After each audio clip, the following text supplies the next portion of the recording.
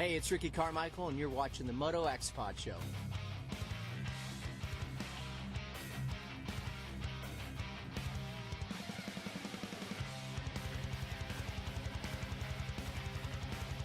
What's up, you guys? Jeremy McGrath here.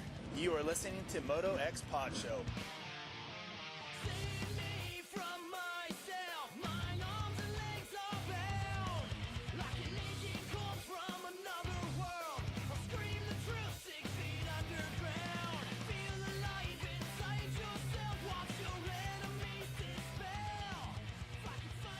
What's up? After a week off and the first round of the 2023 Pro Motocross Championship, the Vital MX MotoXpod Show, presented by Boyesen and Race Tech, is back. This week we have Red Bull KTM's Aaron Plessinger, AmPro Yamaha's Ricky Russell, GNCC rider for you guys that don't know, and 6D Helmets marketing manager Derek Radel, all on the line. As always, in studio, my co-host, Scotty Thompson. What's up, man? Hey, what's going on? Just it's a new season, it's a new start, and glad to be here. Yeah, and that seat next to you, it's empty again. It's okay. It's just empty. No TJ. TJ just, for some reason, TJ feels like work and providing for his family is more important. I know than the show. what a crock that is. What a dill hole. On the line, Vital MX's Michael Lindsay. What's up, ML? Okay. Where'd you go, ML? There we go. I had it muted so I didn't actually make noise and I couldn't get it turned back on. What's going on, man? Tisk, tisk. Tisk, tisk. I'm sitting in wonderful Southern California traffic. Have you been to the test tracks today? No test tracks because nobody rides the test tracks during outdoor season. Well, I mean, I meant like Paula, where they're testing. I'm sorry. Well, nah, nobody's really in town right now. I mean, Paula's shut down from the Nationals still. Wrong day for – there were some guys out at GH yesterday, but I don't know. We're on a weird rotation with tracks. Nobody's really staying out in California anymore other than the PC boys. No Honda guys, no Yamaha guys, you know. Lack of riders around. Even though we're in the West Coast swing, not a lot of guys in the area. Very well, yeah, everybody's trying to get out of Cali. So maybe eventually the prices will drop and I can move back to Cali. Give me some beachfront property because nobody wants to live there anymore. You think? What do you think, Scotty? Yeah, good luck. Yeah, good luck. Well, we're about to get into the Boyesen Open discussion. Boyesen is excited to spotlight their Factory Racing's Rider Support Program, which is a comprehensive support system for motocross and off-road riders. The program offers participants exclusive access to Boyesen's products, yearly discounts, and the potential to become one of their new product development test riders. Join the community of Boyesen Factory Flyers by visiting boyesen.com to apply now. ML, with as much riding as I'm doing, I think I might be in line soon to be a factory test rider in general. I think they're going to be looking for me soon. I mean, I'm feeling like I should line up for a nationals here soon because according to everybody on the internet, it's easy to get a top 10. It's easier than it's been, but it is not easy to get a top 10. I don't think it's easy to qualify, as our friend Chris Kiefer again proved this weekend. Poor Chris. Yeah, but I feel like Chris would have probably qualified had he not taken a digger. I think so. The one thing I laughed is he was talking about his crash because I was trying to figure out what he did. I missed it. And he went to 3 in the rhythm lane in the back, which blew my mind because, like, almost nobody was doing that. Like, not even the top guys were barely, like, almost nobody was trying to go 3 in on that lane. And I hear Chris say, yeah, I tried to triple into, like, second lap. Yeah, on the second lap. Oh, my God. Yeah. No wonder he died. Hey, I'm here for it. And I will give him props. Exact opposite of last time where he was riding around, tentative and scared. No, this time we're going to send stuff the factory guys weren't even doing. Hey, Chris went all in, man. He was do or die. He was going to make it happen. So let me ask this: how many people that made it into the top 40 or people that had like never even been there or ever even gotten close to doing that before? I don't know it well enough. I didn't really look too hard. Anybody stand out, ML? That was a first timer. I didn't fully look. It seemed like most of the guys, even in the back group, have made like one here or there in the past. I'd have to take a peek real quick. There's some names I don't recognize, so like maybe they were first time. Yeah. But I didn't feel like there was any that stood out to me that were like, oh, I know this guy has tried forever and like hasn't made it. But like some of the bottom guys on the list, Dominic DeSimino, DNS 32, he's made nationals before. He always does 1 or 2 a year. mean, there's still some decent dudes in the end, like Scott Meshy's made nationals. Weird one, kind of in the off-road kick. Giacomo Redondi, he's fast enough to make nationals. He's won a works title. I just don't think he's ever tried a national. Caden Palmer, kid out of Utah. I think this is his first year pro. But like everybody else on this list I see up here, like Moses, Sanford, Walker, Carroll, these guys have all, done nationals at some point. Dante Oliveira, it was his first one. Again, an off-road kid who I've always, I knew he had the skills to do it. He came from way behind, but he went 15-12, and honestly, with good starts, he's top 10 capable. So, yeah, nothing like where I'm just some oddball names. Like, well, Jose Butron made his first national. It was also his first attempt at 32 years old. Yeah, that was cool. Let me ask you this. So I was at Paula or Fox Raceway for the final round last year. The crowd seemed smaller on TV, and it's a kind of a small crowd for a national anyway, but was it quite a bit less than normal this round last weekend? I felt like it was comparable, maybe a tick smaller. And one is everybody kind of congregates to one area on that track. I think people learn coming to it. Like the bottom half of the track is absolutely awful for viewing. The best viewing is up on the hillside. That's where all the camping, all the parking is. That one big hillside where all the Fox stuff is. Seems like most people hang out up there. I don't know, being on Memorial Day weekend, I don't know if more people had family plans. I felt like it was a little bit smaller than last year, not by a lot. Like I said, I felt like most of it was just congregated one direction. And on top of it, it was by far the coolest SoCal National we've had in years for weather. I was a little disappointed that it wasn't a little more packed. But I'm wondering if just maybe that date doesn't work super good here. I don't know. Yeah. Well, I have some notes wrote down. Some I want to talk about are some riders that I feel like have been struggling just in general have been struggling or have had some struggle years. Some of these guys may have contracts coming up that haven't been announced yet. Some have contracts that have been announced, but I want to get your guys' that's terrible English, but opinions on what these guys need to do, how many more years, Scotty, maybe some of these guys are going to be around if they don't start performing. But take for instance, Michael Moseman, who I like. I love Michael. I think he's a good kid, but this is one of his worst seasons in Supercross by far. He got 19th over on Supercross. The Moto 1, he was almost nowhere to be found. He was 14th. He's not putting in the results that he's been expected to get. And I believe he's moving on. ML can confirm that if he wants. I know there's some rumors. But then even Max Boland, right? We've talked about him. Not a lot of Supercross experience, but we're in year 3. He's got it. He's got to have some contract negotiations coming up. Then there's Jet Reynolds, who finally got a pro race done. Garrett Marchbanks, Jalik Swoll, Talon Hawkins, just guys that I feel like have underperformed. So, Scotty, in your thoughts, your opinions, are any of these guys in danger of their careers just kind of going to, these are all guys who have factory rides that maybe they'll end up on a B team soon and could be out of the industry soon. What do you see for some of these guys? What do they need to do? Man, to be honest with you, when I saw Moseman riding, I saw him in second moto. I think he was like 10th or 11th, and I was like, it was really weird to see him not be up there in that top 5. So I don't know. I think that, there is a major overhaul coming in the sport with a lot of the guys that have been at the top and had those factory rides for several years now. There's definitely going to be a change in the guard, and I think that some of those guys are going to just naturally fill in those rides. But yeah, I think that definitely there's definitely a handful of guys that I really think that they need to put something good on their resume this season. And if they don't, then it's just going to there's a lot of stock that's falling down, and I think there's a lot of guys that really need a revamp to their with the results. Yeah, ML, there's a couple guys again. I feel like I'm friends with Max and his dad Talon, Volan, and then Moseman, and I'm worried for these guys because they haven't put in the results that a factory team wants to see. Obviously Jet Reynolds had injuries, and he's really in a make or break point of his career. What do you think about some of these names, and what are we going to see out of them? Will we see some of them disappear in the near future? Well, tough one. I partially disagree on the changing of the guard thing because I have this conversation a lot with some of these guys with spots. It's no offense to some of the kids coming up, but I always have the same thing.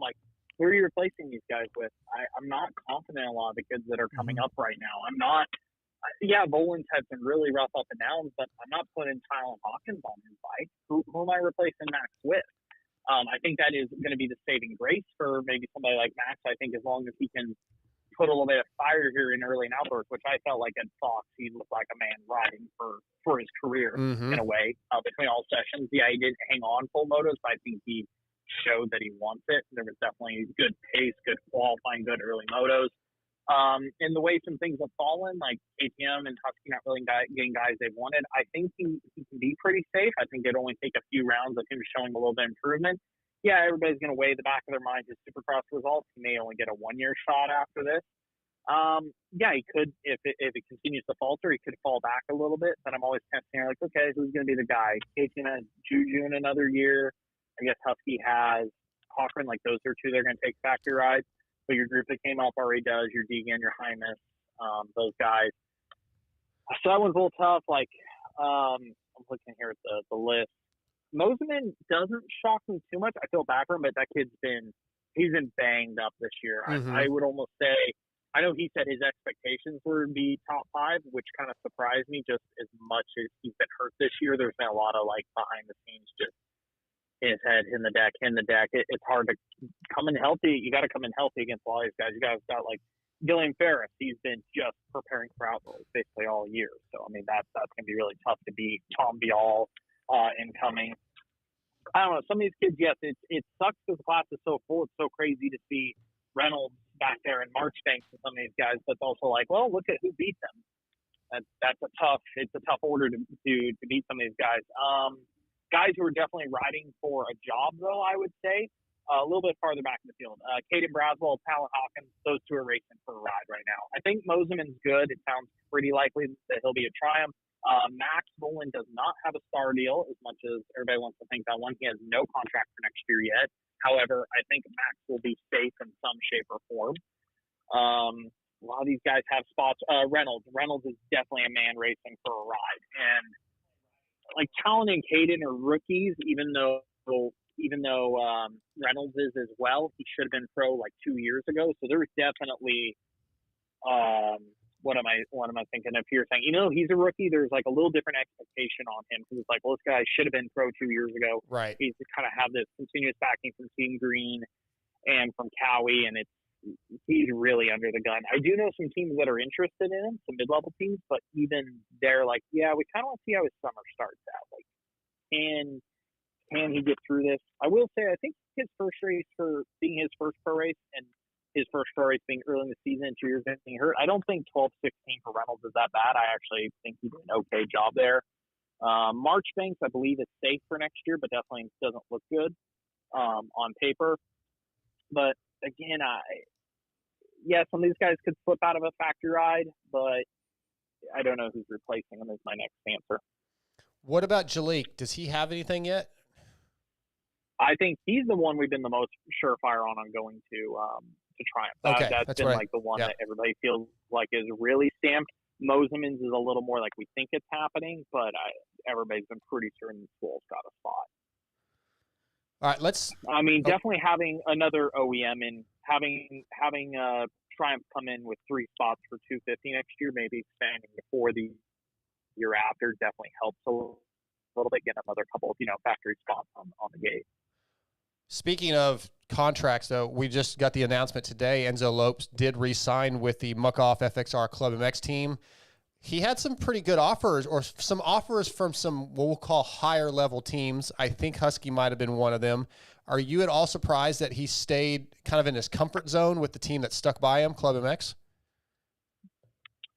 A little bit yes and no, because I actually had this conversation with somebody on their team, and they were kind of like, "Why do you guys think so sure that he'll bounce if it's a PC or a Husky offer?" And I mean, they're just things. A kid at that age, like, you've always wanted to ride for a factory team. Yes, I think we can all pro and con, like, factory teams have certain better resources, but sometimes there's a smaller box of what you can and can't do. So there's positive and negatives to everything. Because I feel like club guys are like, well, we get great feedback from like Phil and Jeremy here. I'm like, yeah, but they've been there, done that. Like, the person, every kid grows up wanting to ride for a factory team. So if that opportunity arises, you think they'll take it. I saw some interesting comments on social media. People were like, tagging Mitch Payne and tagging Star. How did you not hire Enzo? Yeah, I'm not going to say he had like a killer PC deal on the table. I kind of know one of his factory offers what it was, and it actually wasn't very good. It was kind of janky in my opinion. I think Club made him a very fair offer. They're playing to his strengths. He doesn't really want to race outdoors. He can make really good money racing Brazilian Supercross in the summer. He can do World Supercross for them. He can do US Supercross. I know it's unique because it seems like guys figure this out more in their 450s, like your JB days. Like, oh, I can just race indoors and make money. Yeah, for Enzo, like, we're talking about, like, look how stacked the field is, and we're talking about a Reynolds and some of these guys having it tough in 12s and 16s. So far, Lopes has never shown anything outdoors that he'd be any better than that, and we would be talking about him the same way right now. Like, oh, man, is he going to get kicked off his team because of these results? I think Club made him an offer that was really good, better than what he had probably financially from some teams. Their equipment, if you're not focused on outdoors, I think their equipment level, most B level to trying to get to A level teams in 250s can get it done Supercross, because it's not, you have to have good power in Supercross, but roll speed and technique can make up some of the difference. Outdoors, you need pure horsepower basically, to an extent. So if outdoors isn't a worry for him, I think Club's a good home for him. It works around his schedule. And I also told the Club guys personally when I heard there was offers for him this year, I told them, I think you guys have to do everything possible to keep Enzo, because you got him close to a podium. It's showing your program's better, but if he leaves and goes to Husky or to PC and he gets on the podium next year, that instantly, do people go, oh man, look, Club helped him get to this point? No, they go, look, he couldn't get it done with Club, and he got it done on a factory bike, where if they can keep him one more year and he doesn't get on the podium, they get all the credit. And that will change perceptions about his program, or about their program. Do you feel like that's already a perception though, right? Because like J-Mart hasn't looked great, and then Marchbanks has struggled. It's tough because you have two very different things there. Like, it's very easy, and I'm guilty of this. I think everybody that's ran a team trying to get on the uprises on it, is you want to get that factory guy on the fall down. Like, oh, this guy's still really good and we can get him. But it's such a risk, because even if they do decent for you, they're always going to be compared to, oh, well, this guy won when he was here. He doesn't win here. Jeremy's a big risk. That's what I think. Enzo is the smartest play they can make for the perception of their team, because if he continues to be, worst case scenario, he continues to be a fourth, fifth place guy for them next year, that's still really good. If he gets it on the podium, it makes them look like they've learned how to bring a guy up. Jeremy, you pretty much got to win with Jeremy, or even if you don't win with him, you're automatically not as good as where he was. If you get him in fifth to third, it's like, okay, you guys are decent, but we all just, you picture what Jeremy was 2 years ago. Yep. Or even last year when he showed up a shoulder injury out there, he was still fast. So it's like, Jeremy's is much riskier than keeping Enzo by far. Where on paper you'd be like, oh yeah, Jeremy could be the guy to get us a win, but he could also do much more damage to your program. Not intentionally, but it can happen. Right. Scotty, are you at all surprised that Enzo stayed at Club? And do you think that Enzo's results can improve at that team and to be a consistent podium guy and a winner? Yeah, I was kind of leaning towards seeing him get another opportunity. I'm not going to necessarily say a better opportunity, but I thought that you'd kind of see him on one of the factory teams or factory supported teams. But I think that he's happy with where he's at, and I think that he enjoys the people that he works with. And he could have probably, I think if a couple of results had been a little bit different this year, you might would have seen that him going to a different team. But I think it's fine. I think he fits that team very well. He looks good on that Yamaha, and I think that bike's more than capable of doing it. Is it going to be the same thing as maybe something else he could have got? I don't know, but I think that he's still on the upswing of his talent, his career. So I think to see a lot from him, especially in the Supercross. It's kind of weird to see him not do it outdoors, but hopefully next time Supercross season comes around, he'll have figured some of those bugs. We'll see him more as a podium guy. I really do think what you said, ML, was a major factor, that he doesn't want to ride outdoors, and having the opportunity to do World Supercross and go back to Brazil. That probably means a little bit more than a few extra dollars, on his paycheck. Yeah, I think so. Even if it's not the dollars, it's like that. It's just being able to run a program on his terms. Yeah. and what works for him. And again, I think I remember, I think it was JB was kind of like a couple years ago when McAdoo was kind of on that cusp of, is he going to be a full-time factory guy or not? I know JB even pushed him like, hey, take a page out of my book, but 10 years earlier, figure out how to make this work for you. Yeah, we all dream and aspire to be on a factory team. I get it. And it's even one of my counter arguments with World Supercross. I would almost say a bigger focus for them is to get guys like Enzo versus Kenny. It's easier to get guys late in their career when all they know is, man, I want a better schedule, more time with my family, and make more money. It's a no-brainer for them. All the kids, all they go is, I've always wanted to be a Supercross and outdoor champion. I've always wanted to ride for Pro Circuit. I've always wanted to ride for Star Yamaha. That's the only thing going through their mind. So they will do anything to get to that point instead of maybe evaluating something that would actually be a more profitable or a more enjoyable career for them. So I this is a little bit sidestepping, but think at World Supercross, an Enzo to me is an example. They need to figure out actually how to get younger guys because they seem to be so much more headstrong on what the path is, what they've been told their career path is. Gotcha. Yeah, good points. One of our presenting sponsors for nearly 40 years, Race Tech, has been supplying the motorcycle industry with high-quality suspension components made right here in the USA. From modern to vintage, Race Tech is your go-to source for suspension performance. Check out racetech.com, find your local service center, get your suspension serviced, get some new oil put in it, try some gold valves. It'll make you faster. I guarantee it. Stamp it. Yeah, ML, one more topic. We got about 10 minutes before we get Aaron Plessinger on.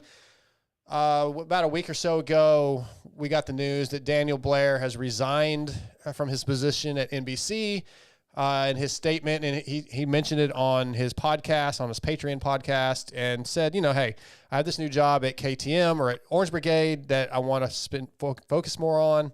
I'll be home more with my family. Plus, he has got himself involved as a partner with Next Level 101, a training facility where he's going to coach.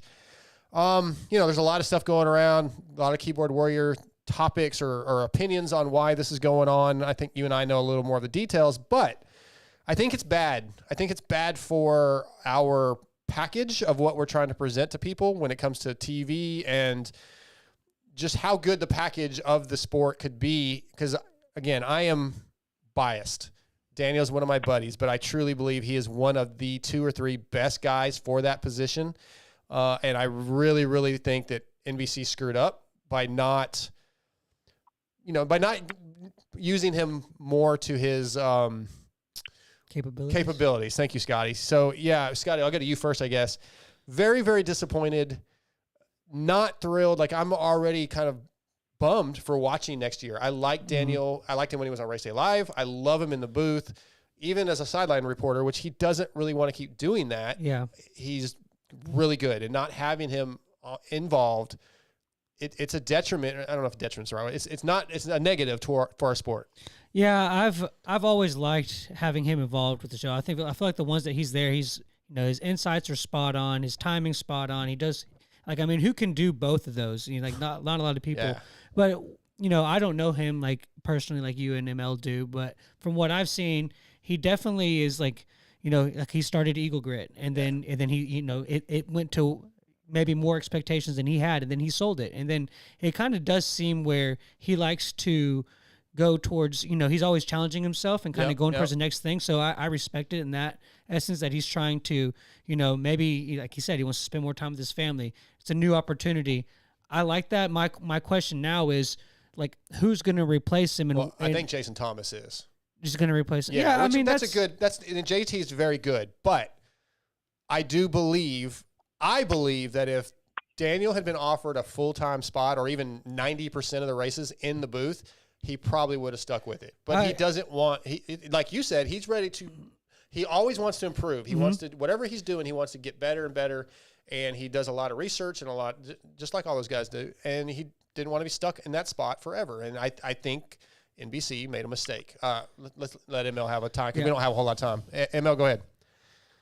Yeah, I think the thing I'm going to miss the most, of course, is he's really the only guy in the group that can be play-by-play and analyst. They can hybrid between the two, which is unique. They're Weege's absolutely excellent play-by-play guy. Good analysis at times. The riders are more the analysis side.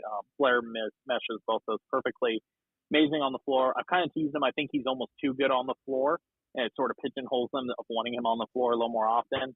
But to your point, I think it's just moving forward. I think he puts a lot into this, and he's joked with me. He's like, look, I'm a failed racer who figured out I'm actually really good at this, and I treat it like racing. I just want to move forward. So to your point, I think he was in the booth 5 rounds this year. If they would have offered him 8 or 10 rounds next year, like shown progression, I think he would have stayed put.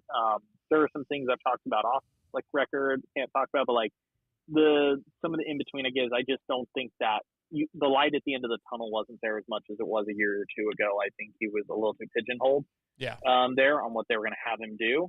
And I get it, because I think the last time I talked to him, I think he realized more and more with where the time of life his son's at now.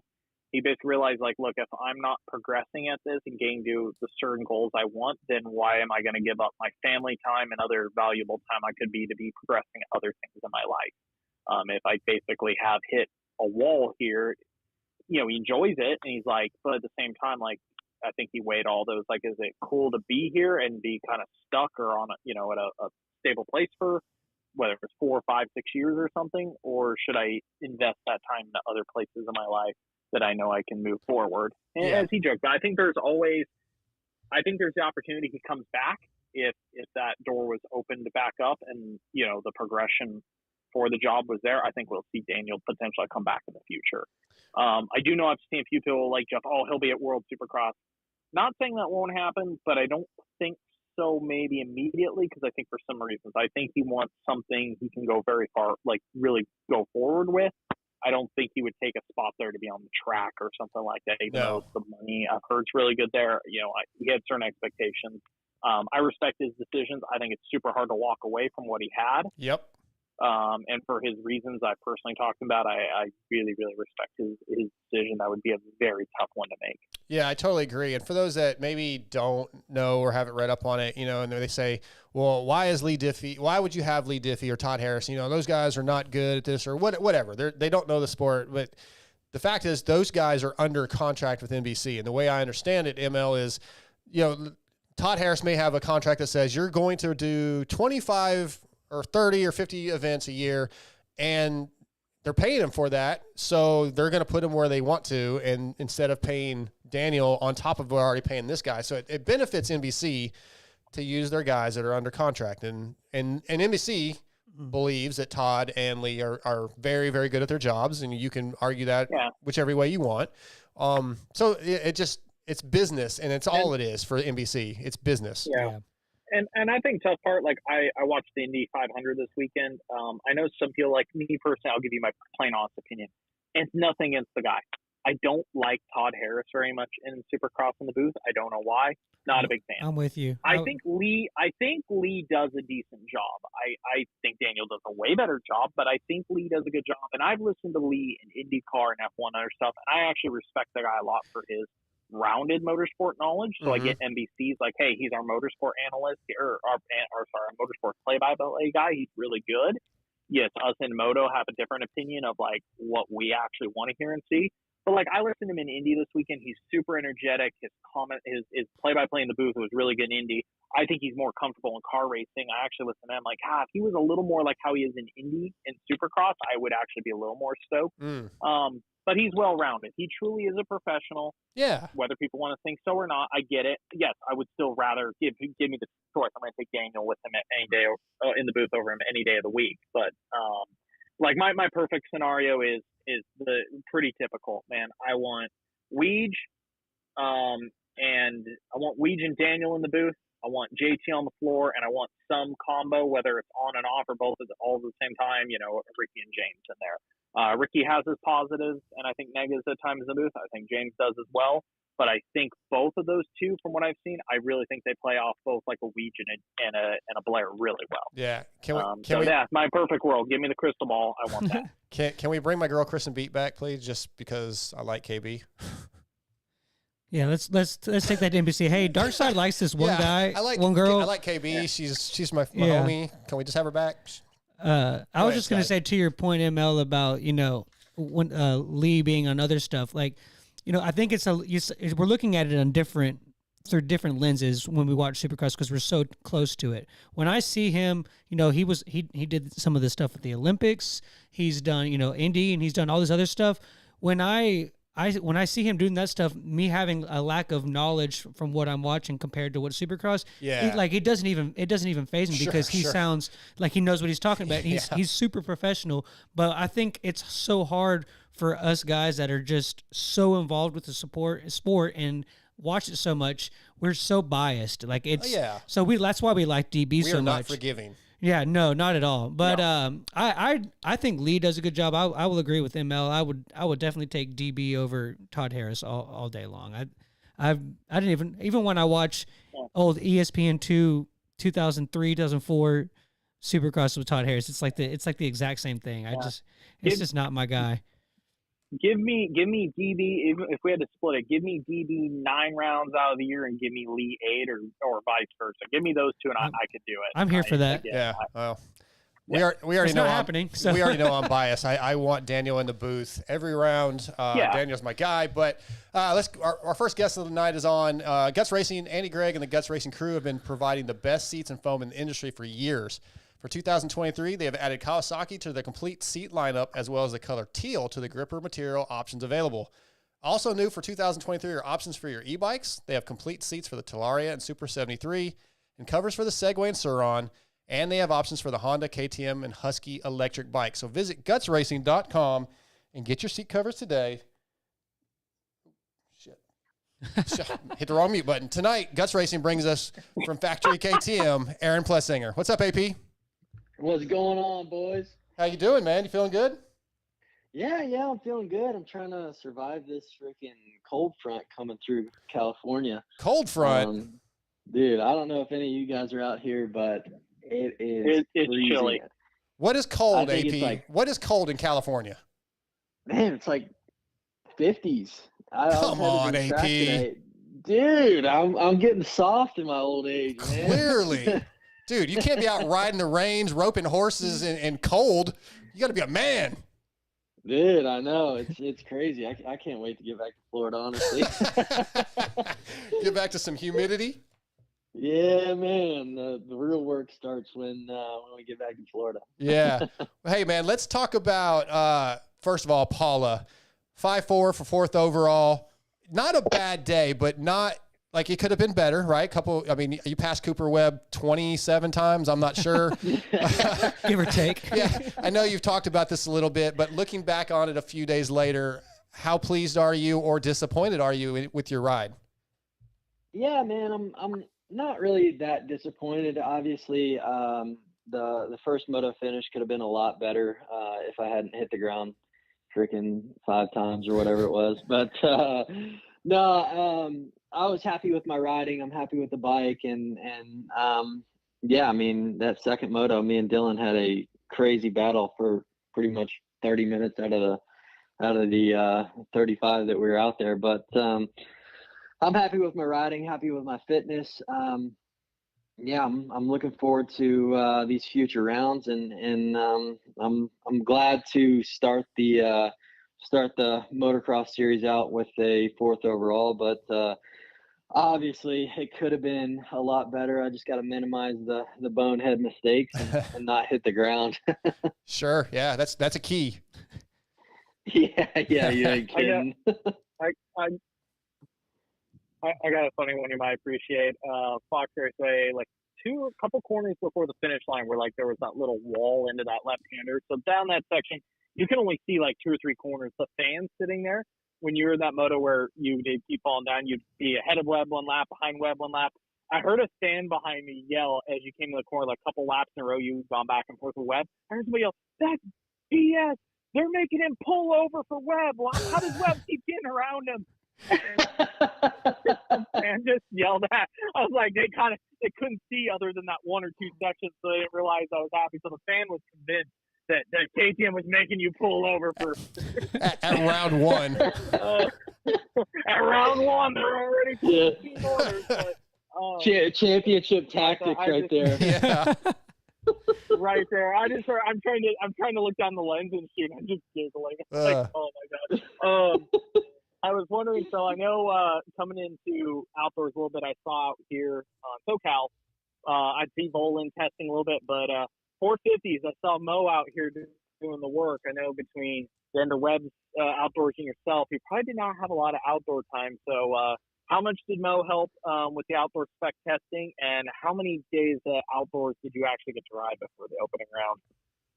Yeah, so Mo, he actually helped a lot, developed some good stuff for us pre-season or pre-motocross season while we were still in the thick of Supercross. But yeah, man, not a lot of outdoor for me, especially because I had that crash in Detroit, and then that took me out for about a week, and then the crash in New Jersey took me out for about 2 to 3 weeks, and realistically, probably about 8 motos in now, maybe, for outdoors. So not a lot, but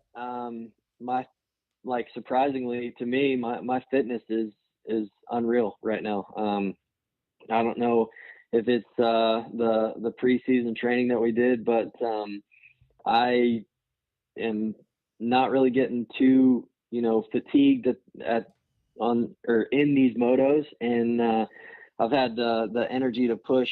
I mean, with those 2 falls, it's like doing 2 extra motos, like picking your bike up like midway through the moto. But no, not a lot of testing, not a lot of outdoor riding, but overall we're in a really, really good spot.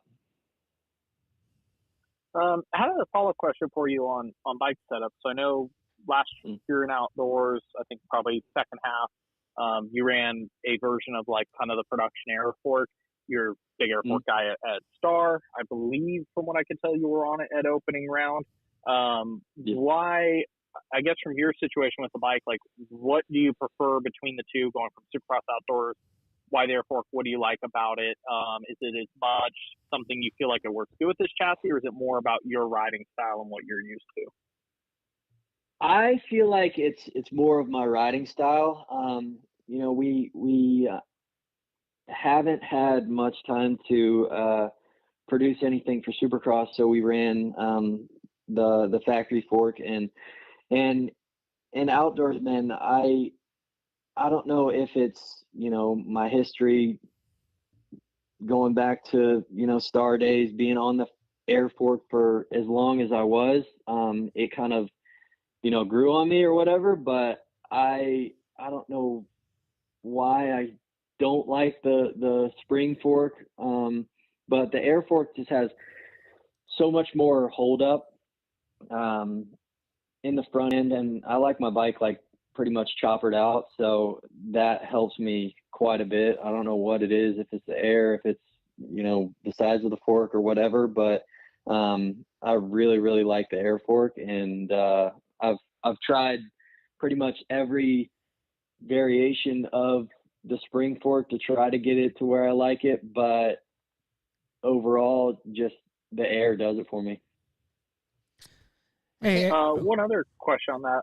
Oh, sorry, I had one air fork follow-up, because I was thinking back to when I did my team, like we went back and forth that test with, like, for instance, with Cody Schock, and he had ran air in Supercross. We redid it before outdoors, and there were certain things he liked better about spring, but one comment he kept coming back to the air on the holdup was, he's like, man, I just feel like there's stuff in outdoors. He's like, whether it's a small table into a corner, if there's a lap where I just need to send it and just land into the middle of the worst thing ever in existence in this corner that would normally make me like pucker, he's like, I feel like on that fork, he's like, I can just send it and dive bomb somebody and somehow it'll work out. Do you ever feel like that, like like I said, with outdoors air fork, like you can just go, man, I can just completely send myself here and it's gonna control it or hold up enough that I can kind of get a little risky at times? Or yeah, for sure. Like I feel like I can send it with this fork a lot more than the spring fork, because I think the air, it doesn't let it get as far down deep and as harsh as the spring fork does. I don't know if you guys remember this was when I was back on Yamaha, but in 2018 at Spring Creek, I was like really, really sending the big downhill, and I really don't believe that I could do that with a spring fork. I was coming down that hill like frick. It felt like 70 miles an hour going down that hill. And I could just come into the corner and freaking plant that thing, and it would hook up and go right around the corner, to where with a spring fork, I feel like it gets low really, really easy. And low for me is like, 3/4 of the way down the fork. It's not necessarily, bottoming out the fork. So I think the air, something about it, it just kind of not binds up in there. It just gets so much pressure, but it's still kind of plush because it is air, that it just lets you kind of send it. Right on. I do like the air fork. I'm running a 23 Husky. Of course, I'm nowhere near your level, but I have the spring conversion kit also. And this last weekend, I kind of went back and forth, just trying to see what I like better. I switched them out at my local track, and I really, really like the air. The Race Tech stuff's good, but that air is good. Yeah, it is nice. It's just nice to have that extra little cushion for all these, all the bumps and headed into the corners. It just gives you that little bit of extra comfort to where you're not all the way down at the, metal to metal. Mm-hmm. Right. Yeah, APs, speaking of kind of sending it definitely seemed from the broadcast that you were pushing it harder than a lot of the people this weekend. Were you just kind of like, I know you mentioned being on the brakes and, getting back to racing. And I know you're like one of those guys that really feeds off the adrenaline of the fans and being back in that environment. Were we just a little like overexcited? Was the track just not letting you push like you wanted to? Because I mean, dude, you definitely get the hard charger award, because you were just working every corner, and it just definitely wasn't a lack of effort. So just kind of, was it the track, or, were we just overexcited? Which kind of where we at? Just wanted Dylan Ferrandis a little too bad. Yeah. No. Yeah, I do think it was that. I think it was, I'm so excited for outdoors to start. Like I said before, like, I think I've been more excited for outdoors, or I guess I've been excited for outdoors even before Supercross started. So it, like, I think I was just overstimulated and just trying to get those guys too quick, to where I should have kind of calmed down and let the track come to me a little bit. I was right there with Sexton in the first moto, and I think, who knows, I maybe could have passed him or got up to third and did a little battle with him. But yeah, definitely should have calmed down. But now that the nerves are out of the way and I know where I stand, now it's time to get into the real stuff. But I mean, at the same time, though, like, yeah, you wanted the result to be better, but like that's what us as fans love about you. So we never get cheated on effort, and you're there sending it, and you want to win, and like, man, that's respectable. I'd rather see you riding like that, and then maybe the result doesn't come, but seeing it is definitely like an inspiration. So yeah, you do you, man. Yeah, I appreciate it, man. Yeah, I'm out there trying, man. I appreciate that. I think it's good, though, that you kind of got that out of the way at round one. I mean, that track sucked. It was not good condition. So, like, you got it over with. Now you're like, okay, you kind of know I need to back it down at this moment or not. And, so it was good that it happened at round one. Now you kind of know what you need to do. Yeah, for sure. And like I said, the nerves are out of the way, and I can just focus on me and focus on going forward. The starts weren't necessarily bad. Like, I got a 5th place start both motos, and like you said, the track was just kind of shitty, man. It was, I mean, there was one main line that was really, really good. I had a few lines that, like where I passed Coop a couple times. I had a few lines there, but Dylan is that crafty Frenchman where he hears you. Even though I try to be quiet about it, he hears you everywhere, and he changed up his line, and at that moment I was just trying to get close to him, see if he could, I don't know, pressure him into a mistake, which he was strong, and I told him that. But yeah, now it's focused on getting to the front and running with those boys in red. Yeah, you talked to ML a minute ago a little bit about, you haven't had that many motos really, and haven't had that much time to test due to some of the injuries or the being sore. I don't want to call them injuries necessarily, but is part of this just getting out of California, these first 2 rounds, and getting, Lakewood track conditions are usually a little better, and we start getting east, and just maybe just surviving the first 2 or 3? Yeah, for sure. I think it's just getting off on a good step in the right, or a step in the right direction in these first 2 rounds, and not letting the nerves get a hold of you too bad. And then when we hit Florida, it's really when the work starts, and we start getting into the thick of the season. The middle rounds, the Spring Creek, the Red Bud. If you can hold your own until round 4, I think you really have a shot at this championship. And then it's really the battle of the fittest. Yeah. Emil? I got kind of a random one. I saw this on social media this morning. This made me think of you, AP. So I saw a couple of the old Thor TV commercials pop up. I don't know if you remember these, or if you're a little too young, but they did then old Josh Hansen and Reed one where they're riding along in a pickup and they're making brop noises, and Hanny tries to hit on a chick and she turns him down. So Reed's like, "Bull." And there's one where Reed's thinks he's waving. He thinks he's waving to the crowd, and he's actually just standing there with his eyes closed, and RV and Strooper making fun of him. Either way, Thor used to have some really good commercials. Big B throwing MC out of a semi when he stalls it. You're the perfect guy for this. What would be a perfect TV commercial for Thor for Aaron Plessinger? Let's get our imagination on here. Man, I would love to do something because I own 2 horses now, and we go to a barn down in Florida. The kids go just about every day, and I think it would be a pretty good commercial to intertwine some of the horse stuff, some of the cowboy stuff, make it funny. Because I've done a Thor commercial before, and it's just been so serious, and I actually just watched the one of RV and Stroop and Reedy. And that, dude, they used to have the best commercials, and I think maybe make our way back to the funny side of things. And I've seen a lot of people on social media saying that they do need to get back to that. So I think something funny with the horses and me, I think that would be a good one. I was actually funny as speaking of the horse thing. Not quite your teammate yet, but I guess I'd call him close to. Julian Beaumer. He races barrel. He does barrel horse racing, right?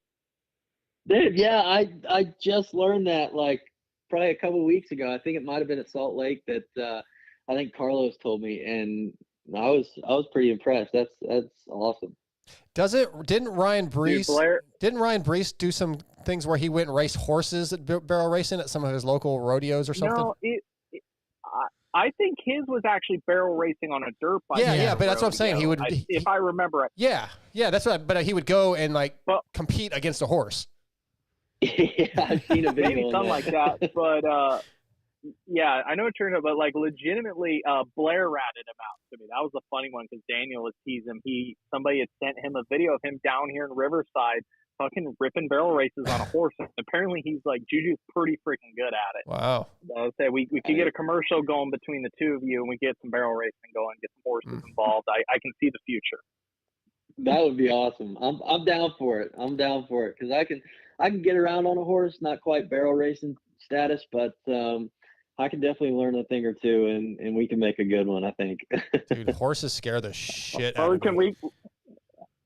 Same, but we can do some trading here. You can give Juju some more Supercross tips. He's young enough, he won't be your competition for a while. He can train you a little bit on the barrel racing on the horses. It's a good, maybe a good post-racing activity. Maybe you go on to a rodeo career. Again, we got some things we can play with here. Yeah. I'm definitely down for that.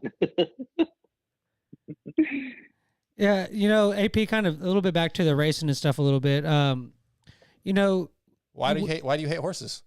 I don't. Yeah, why do you hate horse? Well, actually, Jeez, Scotty. what's funny when he was talking about that, I was thinking about a horse wearing Thor gear. I thought that would be good. Like what do they call those? They're blankets. The The Thor horse blanket. Yeah, dude, let's do it. I mean, come on, Thor's got the money for that. With AP on the horse going, rant, Yeah. yeah. We don't have a horse blanket budget. Thor, come on now. Go ahead, Scotty. Sorry. Yeah. So when you see the gap that Chase and Jet had on the rest of the field, how do you kind of like?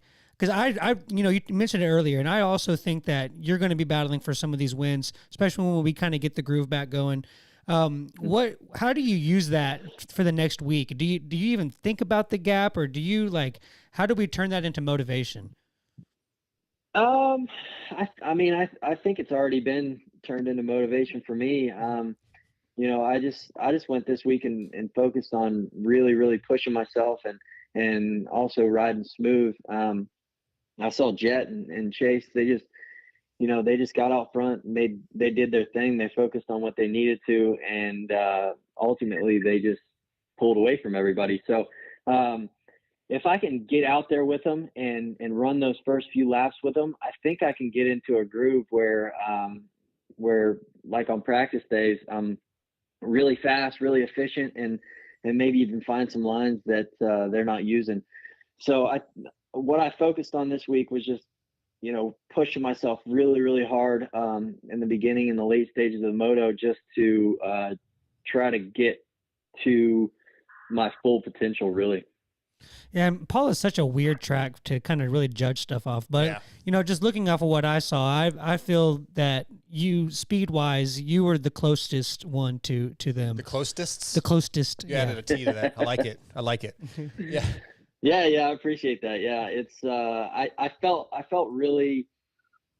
better in the first moto with regards to speed, but longevity-wise, I felt better in the second moto. But it was just weird. Just those first two crashes just kind of took my energy levels way down, and I think if I can keep that up and keep it on two in this first moto this weekend, I think I can really have something for them. Hey, AP, I want to shift gears a little bit back to Supercross just for a minute. I feel like you're 7th overall, I believe, in the series. I feel like it was a really good season. You were never outside the top 10, if I'm not mistaken, except for the race you should have won. So realistically, I feel like a fantastic season for you. Looking back with that, are you happy with it? Yeah, for the most part. I can definitely take a lot away from this season, more than I could from the past. I led a lot of laps and, got really kind of comfortable being up there with the top guys.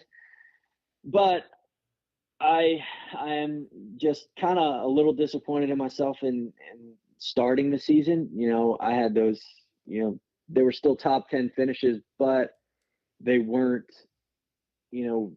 where I should have been at the time. And I just had, poor starts and didn't really execute stuff the way I should have. And I think if I got up there and did battle with those guys early on in the season and didn't wait until, mid-season to do it, I feel like I could have, been up there top 5, battling for top 3 in the points, if not, winning a few. But ultimately, my run started pretty much at Tampa, and then I had a few weird races there, Dallas, and I know another race after that where I didn't execute like I should have, and didn't put myself in good position. So I'm definitely happy with the season, but I feel like I left a little bit on the table there. Okay. Yeah, fair enough. ML? I am just going to continue to be Mr. Off Subject tonight. I'm terrible. Way to go, Mark. I love it. So the next guest is AmPro Yamaha's Ricky Russell. So that had me thinking about GNCC a little bit, AP. And I know it hasn't been brought up as much last year or two, but I know, like, because of your background, there's a lot of people that have been like, yeah, whenever whether we're talking 5 years, 8 years down, or whatever it is, like there's no question you got plenty left to give here in Supercross and motocross. But whenever that box is ticked, do you think would you really seriously want to do GNCC one day? Is it one of those things that like, oh, it'd be fun to do for a year, or do you ever think of it like, yeah, I'd actually want to go there and be like really competitive, or doesn't even come up? Like I said, I've just heard like people over the years be like, yeah, I bet when Supercross done, AP goes into GNCC. No, yeah, I've definitely thought about it 100%. I would love to, go back and I would love to be competitive, but these guys seeing there's 7 different winners for each round. Yep. Yeah, I mean it is crazy right now. That I feel like in my mind GNCC is so underrated. I don't know if not a lot of people know about it. If the broadcast isn't what it needs to be or what it has the potential to be.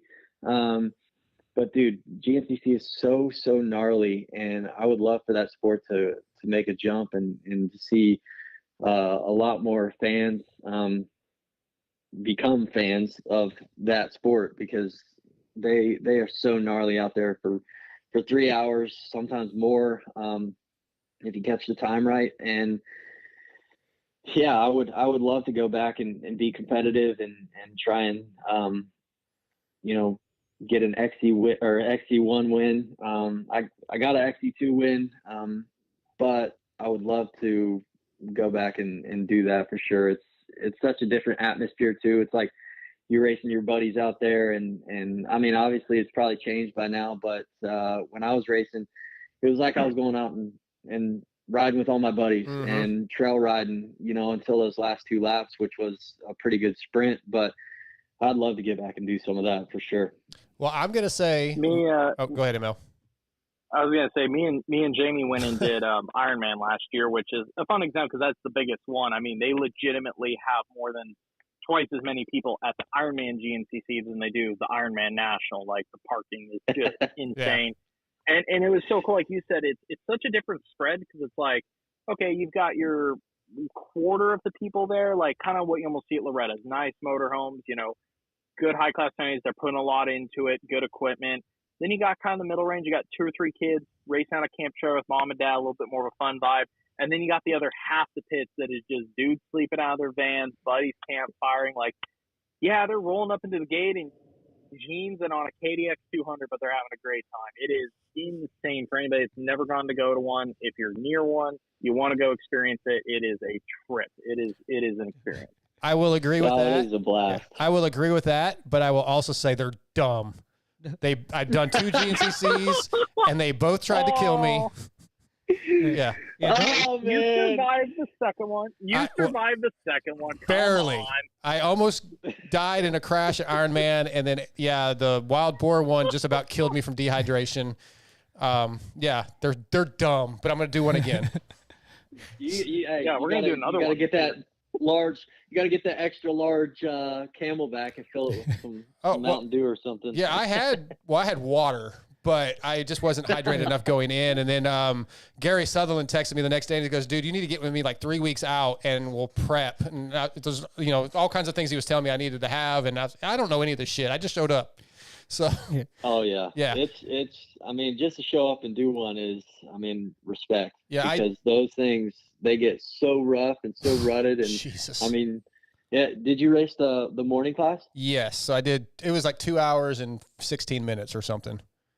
Yeah, you're still out there for 2 hours on a motorcycle. Just, if you're not flowing, you're battling your bike. For sure. Yeah, I was flowing the first 3/4 of the first lap, and then the last lap, I was literally yelling in my helmet. There was a section right before the end where they had put like a pile of house bricks, and for like 45 minutes, I was like, "Where are these fucking bricks? Where are the bricks?" I literally thought I'm either going to die here, I'm gonna pass out. Or I just kept going, and you could not ride a motorcycle, Aaron, any slower than I rode the last hour. It's impossible. I almost fell over. I was going so slow. Anyway, let's start wrapping this thing up. Scott, you got one more, right? All I was gonna say is don't sleep on the guy on the KDX 200 with Coors Light in his backpack. Yeah, right. Oh, dude, that's the dude who'll come past you on the last lap and be like, "Hey, I told you so." Yeah. Hey, I got one for you though. I feel like Ironman this year for the national. I feel like we need that replica of your dad's bike setup that you did at Straight Rhythm for the 2-stroker. I feel like that'd be very, very befitting round for that setup. Dude, hey, you can bet with the dudes in the season right now, it is going to be hard. But if I go on a run and say, hypothetically, your boy gets a race lead out in the points, I will be on a 2-stroke and that exact outfit replica bike and I will be on the line. I love it. I love it. You want me to bring you a burger and a snow cone while we're at it, or what? Oh yes, in a pyramid of beer cans. Yeah, pale moonlight. Hey, I was thinking ahead to the kind of towards the end of this year in the new SMX Triple Crown thing that they're doing. How much do you are thinking about that? I know that the pay rate is significantly higher than a lot of stuff that we've had in the past, and I know a lot of the guys that your 10 to 20 guys are really banking on that opportunity to kind of get a nice payday. But how does a guy with the factory ride in your position, how are you looking at those 3 races? Pay for some of those horse stables. Hey, yeah, you ain't kidding. Nah, I'm really just taking it, race by race. I haven't really, unless it's been brought up, I haven't really thought about it too much. Obviously it's a good payday.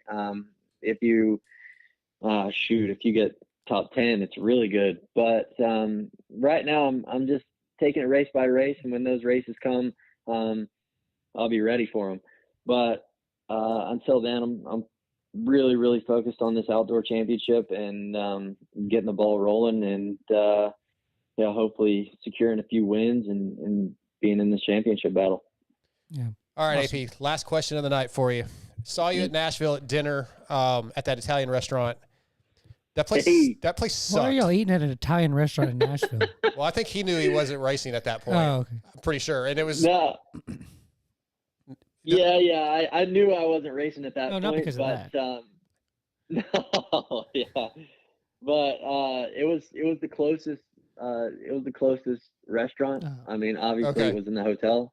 So we just kind of went there for a quick dinner, and the wife wanted to go kind of look around and go shop around. So we got dinner out of the way quick, and we went shopping. But yeah, that place was pretty wild. They didn't have many options at all. And their options were not good. I was pissed. I love Italian. No lasagna, which I guess technically that's not real Italian food from what I was told. But dude, I ordered the chicken parm for $24, but there's no pasta. It's just chicken. So you got to buy the ravioli separate, which was $16. And it was literally four little raviolis. Dude, I could go buy so much Chef Boyardee for $16. Oh, dude, it's Nashville. How do you even talk? How do you even reason with that? I didn't even pay for it. My friends paid for it, and I was still pissed off. It was Sorry, awful. AP, I interrupted you. Anyway, You're good. AP, this was a lot of fun tonight, man. You're always a good interview. Appreciate you coming on, man, and good luck this weekend at Hangtown. Let's get it done. Yeah, boys. Thanks for having me on. It's always a good time coming on and talking with you. And we're gonna try to stop the red train. We're gonna put the orange bike out front this weekend. So once again, thanks for having me on, and we'll talk soon. All right, thanks, AP. Take care, buddy. Yep. All right. Thanks. You guys too. Aaron Plessinger tonight, brought to you by Guts Racing. ML, great interview, a lot of fun. Fantastic interview. AP is a freaking joy to talk to. Definitely. That was one of the better ones we've done with him. He's always good, but that was really a lot of fun. Yeah. And, I was just sitting here thinking, I honestly think like deep down, AP is probably my favorite factory rider. Yeah, he's just he's one of us, man. Yeah. He's so cool, and he's just so down to earth, and he's humbled, and he's true to his roots. He gets all the fans hyped up. I don't know. He's great in interviews. I like him a lot. I'm fairly certain I said on the show after Arlington that me and my dad, my nephews came, and that was the one guy my dad wanted to meet. He's like, I want to meet that guy. He just seems cool. And AP came out of the truck and took pictures. And that was the one guy that my dad wanted to meet. My buddy that I took to the Supercross for the first time this year, he was like, I liked that guy. You told me that. I think we were talking about it. He's like, I'm here for AP. Yeah. Sure. Emil, I know you got to get off here. I want to get your 60 picks. 60 picks for Hangtown before we lucky. So give me your top 3 for the 450 podium at Hangtown. I feel like we're putting AP up there now. He's on my list. I already have my list. Anyway, go ahead, Emil.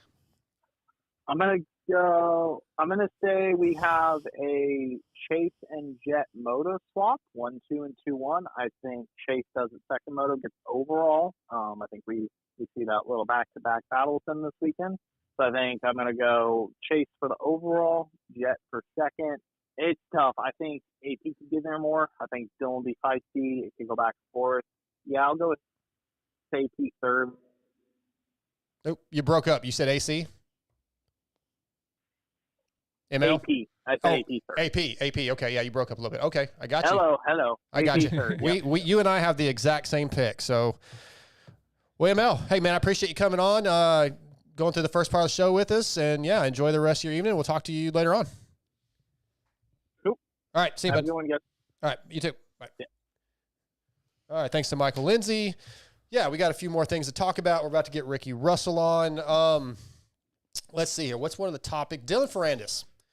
Third overall, coming off of major concussion after Houston, came back at Daytona, had another big crash, realized he wasn't ready, spent some time in France going to a center that deals with concussion recovery, not much time on the motorcycle, hasn't really loved that bike in general, might be looking to get out of his contract. A lot of things going on with Dylan Ferrandis. Do you think that he can get to a point where he does start winning if he's not completely happy with the team? He doesn't seem super happy with the bike, but then at the same time, he's a very motivated guy to win. That's all he wants to do. So does he get better? I mean, did he go 3-3? I know he got third overall, but I believe he did. Okay. Yeah, so, I mean, I got it right here. Honestly, like if he, Jet and Chase just came off a Supercross championship. He's off of injury. He hasn't had a whole lot of time. If he's looking at that third place as a poor result, then he needs to relook at how he's looking at it, because I think if the team's upset with him getting 3-3 in the first round of the new championship, being out of injury, I mean, I think you kind of have to look at it as a success, looking at the scope of this weekend. Yeah. Barring, all this other stuff, that you're mentioning, maybe that has an effect on how after the season goes. But I don't think that you can be disappointed with the way that the first round went. Well, you can be if he didn't have high expectations. I did an interview with him the week before that's up on Vital MX. I know you didn't read it because you don't read my stuff. But he didn't he didn't expect to be I think he actually expected to be a little worse.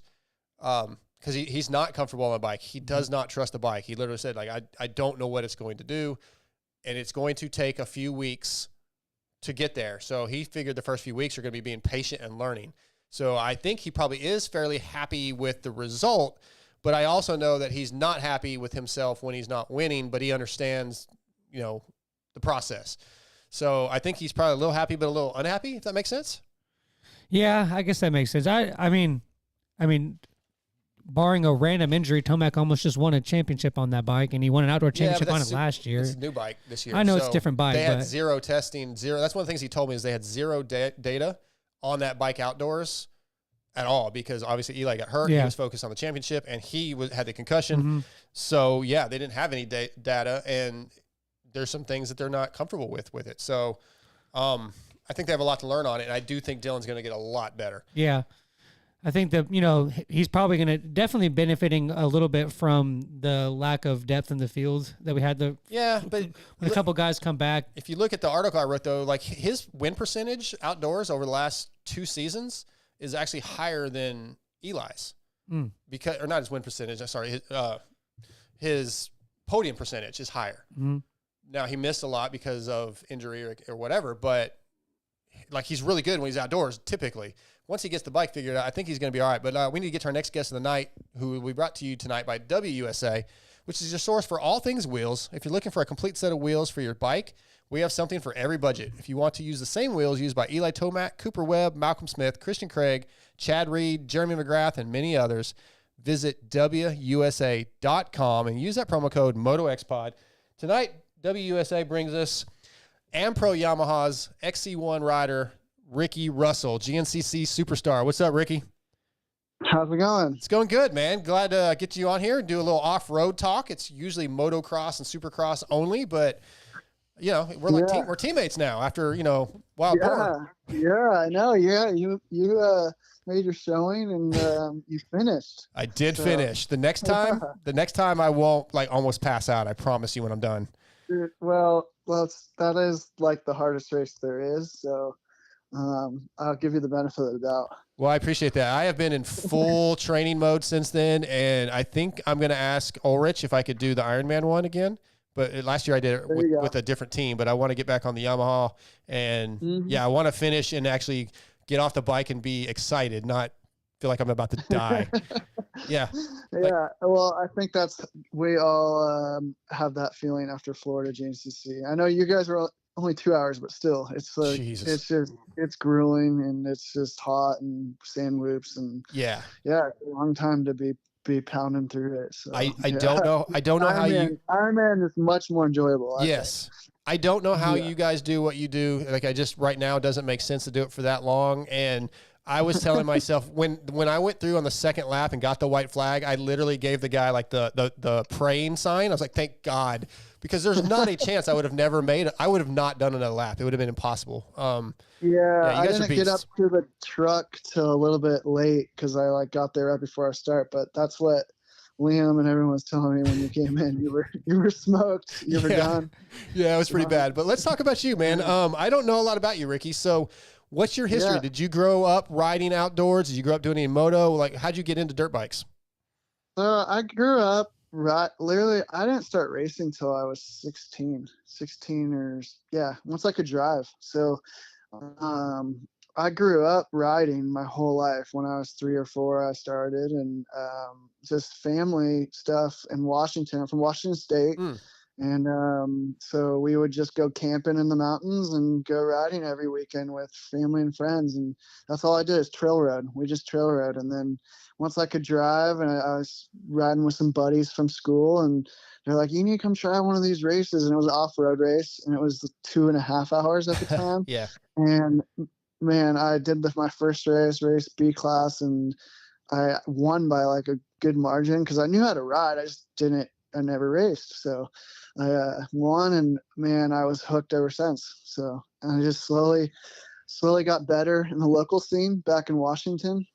And then I was winning all the pro racing back there, and everyone's like, you need to try something bigger and better. And tried a little bit of Hare and Hound and Works racing, and I ended up in the hospital from some Hare and Hounds, and I was like, man, I need to go get to the woods. And so I called up actually Jason Rains, who did the same thing in the past, and got some guidance. And when I first came over it was 2013 when I first came over and started racing GNCCs. So kind of wild. Yeah, it's a very cool story, and I didn't realize. I'd heard how big off-road riding is, even the West Coast stuff, like you said, the Hare and Hounds and the Work Series, how many people show up to these things.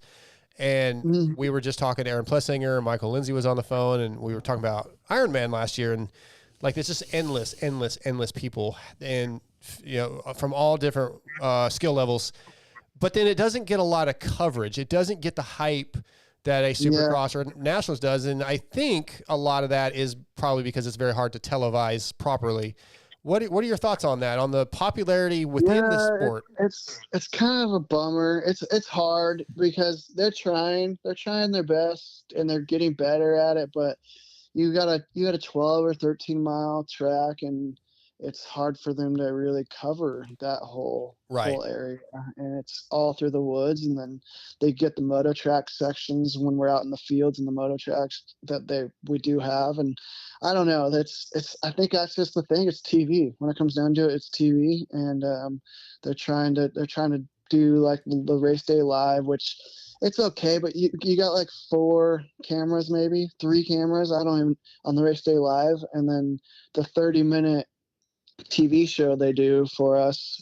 I mean, it's a 3-hour race and you got a 30-minute highlight video. Yeah. Pretty much. And so it's hard to, I don't know, it's just hard to really get the exposure that I feel like we deserve. But I think they are improving and trying to make it happen. Sweet. But yeah, I just don't think it just can't ever get to that level where they can watch every single thing happening. Right. Like motocross and supercross. So it's impossible, really. But they're doing cool stuff with drones now. That's cool, and they're getting more and more coverage for sure. That's good, because I think that's what brings it down for us. Yeah, it's a super cool sport. Yeah, you know, my first thought is I've always wondered why they don't do, now that the, you know, GoPros and the live stream stuff is so technologically advanced. Mm-hmm. Why don't they just do like a chest cam or a helmet cam of you guys, and like say you're battling like that battle you had with Ben Kelly, you know, say that they have it on you and you're seeing you ride behind him. I mean, I could think that could definitely extend the show. I know that they've done a lot with the drones, but I wonder why that they don't do that. That would definitely in the past, like before I started racing, about 2012, 13. They actually, I think, paid Barry Hawk to chase with a GoPro on for a while. He'd jump in behind some fast riders and follow them for a while. And they did that for a little while. I don't know why they went away from it. But yeah, that's a good idea too. I know we're not allowed to run GoPros on our heads anymore, but a chest mount or something, I know it's not as good, but it would be better to have that than nothing. And that would be really cool to be able to follow the battles. So. Yeah, put it on the technology is getting better and better. They should be able to do that. Yeah, for sure. So, you know, and another thing that whenever I like to watch, you know, I like to watch the highlights of the GNCC when I can. And was I on there at Wild Boar? Yeah, they were saying that like, this is the how not to do it. Yeah, the worst guy possible to do it. I got second, bro. I finished better on Zach's bike than he did. Come on. You've been right. You got second in the D class, Doesn't and matter. Ricky's over here winning, coming and blowing everybody away in his first intermediate race. Yeah.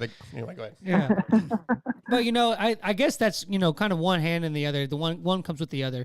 But you know, it definitely is like when I see that you guys take off and there's like literally like 8 or 9 of you. It's just like I wish we could get more guys, and I think that comes hand in hand with what we just talked about with the TV exposure. But do you think that there's, I know, so it's different in GNCC where that is in motocross and supercross, where, you know, the guys that are your fans are racing at the same time that you are. Mm-hmm. All of the A's and the intermediates and the age group classes.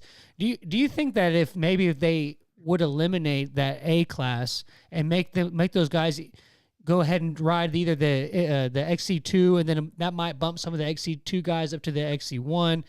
I mean, do you think that we're kind of letting a lot of the guys that should be racing with y'all stay lower, or how do we get sandbagging a little bit? Is what you're saying? Yeah. How do we get more guys to line up with y'all? It's hard because there's only so much support in XC1 at the factory level, and I think that's what detours like XC2 guys. They like, people will just stay in XC2 as long as they can because they can make money and do well on XC2, where they jump to XC1 and they don't have support and they're struggling to get, because when you get to XC1, it's everyone's fast, where XC2, you got like top 5 here and there, they're switching and battling, but like from then back, it's like, it's kind of a mix. But yeah, I don't know. There's all that. I think that's unique about GCs, that you get to go race, like the A riders and the B riders get to go race with their heroes, I guess. I mean, they're people they look up to and get to see them on the track. It's kind of it's kind of a cool part of GNCC as well, just kind of the roots, like being out there and just riding with everyone and dealing. We have to deal with lappers every single race. I don't know if that is the answer, but there's definitely, we need to push, I think, to have more XC1s. I just don't know the correct answer to make that happen. Yeah, it's tough. Like you said, I think TV and some sort of, making them get bumped out somehow, points or something. I don't know, something to make it happen. Yeah, you mentioned that, like it sounds like there's not enough money for a lot of those guys to move up. There's probably not many opportunities. At your level as a factory XC1 rider, I'm sure it's not as much as say Supercross riders make, but do they pay decent money? Are you able to make a living doing that? You don't have to have like a part-time job in the off season, do you? Yeah, no, for sure. If you're one of those top 5 guys, you're making money this is your full-time job. Yeah. So, but it's nothing near what the, Supercross, Motocross is just another level. So, and that, like, I think we were talking about, it all comes down to TV. But yeah, eyes on the package, basically. Like, product. But yeah, exactly. But yeah, I mean, we're all doing it for a living, and that's our livelihood for now. That's good. Sure. Yeah, I mean, I'm glad that it's working out that way, because again, you guys are some of the gnarliest dudes ever. I'm beyond impressed. I always knew that it was hard, right? I couldn't really understand it until like I went out in the Des and rode with Kiefer, and even just that, and then going and doing Ironman and going, it's something totally different. Don't just choose your hands up, and you got to be a man, no doubt. I think almost like anyone who rides a dirt bike, I need to get Kiefer to come out too. Anyone who's rides a dirt bike needs to just go try it and see what it's all about, because it is cool if you know how to ride. The tracks are pretty easy for most, like until we go to like snowshoe and a couple of these maiden rounds. But for the most part, anyone can get around the track, and I think it's enjoyable for anyone. So and just to see how tough it is. ML was trying to talk to me. He said, let's go do it. Like, let's go do snowshoe. And I started asking about snowshoe and realized what kind of terrain it was. I am out, man. So you and I, Scotty, talked about that, but apparently snowshoe is like all rocks. It's kind of like what we did here in that enduro race, like super slow paced over rocks, and I'm out, man. That stuff's not fun. Snowshoe's unique because it's on a ski resort, a ski mountain, and you're wide open up these logging roads pretty much that are sketchy, and then you go into a gnarly, rocky, technical, rooty, and it's always wet no matter what, because even if it's not raining, the springs everywhere are always making mud. I don't know. It's just, no matter what, it's muddy. And it's just a unique race because it's a unique venue, and it's definitely on the technical side for the most part. Sometimes they can run the track different and it's not as hard, but for the most part, it's usually a pretty hard track. That one I don't recommend to the average Joe. Yeah. I passed on that one. I'm short, so like muddy stuff with a bunch of roots and rocks. Like that's just a nightmare for me. It's not fun. I'd be the guy that there's always that one guy that, because you'll start on that race, you'll start on the road, and then you like, it's always slick, like you said, and then there's always like that one guy that like just takes out like the metal barricades that are around like the track. That would be me for sure. Yeah. Yeah, you start on pavement there, and it's like usually it's raining. Not always, but a majority of the time it's been raining on us, and so the road's slick, and there's a good amount of people that slide out in that first corner. I've done it once. I will say, done it once. Stu did it a couple years ago, so it happens. Let's talk about your season so far. I think you're 7th in points. You won round 4 at Tiger Run. Had a couple mechanicals. Otherwise, you'd probably be a little better than 7th, I'm assuming. But this has been a really cool season. 7 rounds, 7 winners. How do you feel about your performance so far? Yeah, it's kind of wild. I don't think it's ever happened like how it is. Everyone keeps stepping it up, and everyone's, I mean, it depends on whose day it is, it seems like. Mm-hmm. In the beginning, I was right in there every race, and unfortunately, we got a new model this year, the new Yamaha, and just working out little bugs, and unfortunately the total mutter, like Georgia, a lot of bikes had issues there, but we found a little problem I had, and it kind of kind of killed me because I got a DNF there. And then coming back, I was like, well, I got nothing to lose, and I won the next round. So I was like trying to get back into it. And then the next round, I got sick during the race. Me and my teammate Liam, I don't know what the heck we got into. We both were feeling like literally like you could crap yourself at any time or throw up. I don't know what happened, but so that was a bad one for me. And we've just kind of been in the fight, but yeah, little things here and there. I had another little issue at Penton with something I'd been running all year on my bike, and for some reason it started malfunctioning. So two just little issues, kind of out of my control, really. So working, like I said, working out the bugs on the new bike, and it's been awesome though. I've been loving the bike, feel really good on it, and staying healthy. I came into the year kind of beat up. I broke my collarbone 4 weeks before round one, and Dr. Tanner down there, he does the SOS safety on site at GNCC's, and he got me like in right away for surgery. He also fixed Osborne's elbow when Osborne did his elbow before preseason. Yeah. But so that was a little hindrance, but we started off strong and we've been right there. So hoping to this weekend we're going to High Point, and it's last year I was able to win there. So hopefully I can be the first two-time winner for the year. I like it. Let's get it done. Yeah. That's the plan, man. Yeah. Go ahead. No, you're good. I was just saying, because coming back from a little bit of bike issues at Penton and just rebound, and we got everything ironed out now. I'm ready to go win one again. Nice. Yeah, no, it was one of my questions to talk about the fact that, that you guys have 7 different winners in each round. Like, what kind of dictates like a win in GNCC? Like, at what, this is a long race, so like sometimes I've seen guys that will not get a good start or fall at the start, and then they can still end up winning. Like, at what point in the race are you like, okay, I'm the best I can do is 4th, or are you like, what point of the race are you, I'm still capable of winning this thing? Like, how kind of like, what do you think dictates the race the most? It really comes down to that last hour. The last hour, so like anyone can go fast for 2 hours, but 3 hours, just that last hour is that's when it's like, that's when you got to dig deep, and depending on where you're at that point, kind of dictates how you feel like you're going to be able to finish with it when that 2-lap board comes out, because 2 laps is essentially about an hour, because we're usually around 30-minute laps. So the starts are, it helps to get good starts and be up front with the guys, but like right now everyone's going fast.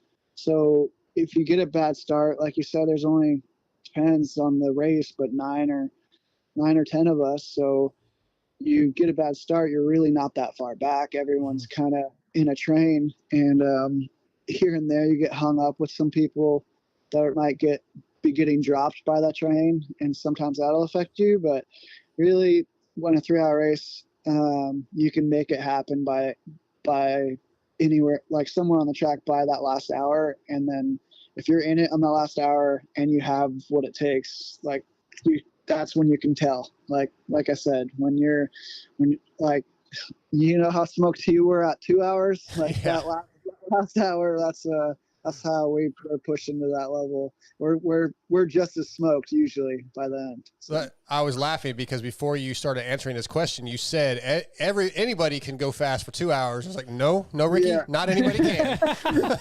Nope. Anybody in the XC1 class can. I knew what he meant, but well, anyone at the pro level can go. Not anyone. Still 2 hours is it's not easy, but like for all of us off-road guys, we've been doing 2 hours for locals and stuff for our whole life. Sure. And now like that third, GNCC is the only people that do that. That's 3 hours, and that's the difference, is that third hour. Let me ask you, we talked about your 7th in points. I didn't even know I was, because I think the last race I was 4th or 5th. Yeah, I'll double check it. I think I saw something like that, 6 or 7. Yeah. But yeah, I stopped paying attention when I had the last bike issue. Can you make those points up though? Is there still potential for a championship, or are there not enough rounds? It's hard, yeah. but at the way it's going, like anything can happen. I mean, last year it was unfortunate. Ben won 5 rounds in a row and then he was out of it, which injuries happen, but also like, I don't know. It's this year with everyone, like you say, 7 different winners. I feel like anything can happen. So just got to stay in it. With off-road racing, weather's been a huge factor. So I've had a lot of mud, and with mud, sometimes there's bike issues, and hopefully I think we have all of ours figured out now. So you never know. We just got to go try to win races and maybe get back into it. Would you ever consider doing a motocross race, like a pro national, trying for one? Or can you even ride moto that well? No, I think all XC1 guys, they can all rip a moto track. We ride a lot of moto practicing. Right. And just the intensity is good in moto. So that's why we do it. I've always thought about it. I've always thought about Washougal, because that's when it's like summer break for us. And Washington's, I usually go home for summer break, but I've always thought about it. I've just never really tried to really pursue it. My buddy, you guys know Josh Toth, he's going to give it a go at a few of them, I think, this year. He's kind of doing everything. He's going from extreme enduros to national enduros to motocross to, he's doing everything this year. So I'm kind of interested to see how he does. I don't know. I think he's doing Southwick, so that'll be a grueling one. Yeah.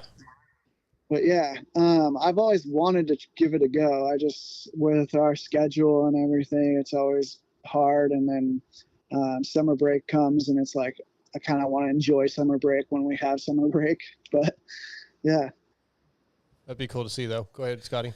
Yeah. So I kind of did some research on your Instagram for the show to kind of learn a little more about you, and I'm not sure if that's your wife or your girlfriend or fiance or whichever one she is, but it does seem like, since you guys are in that sport and it's not quite as like, and in moto, you got your goggle guy and your gear guy, and you have the entourage.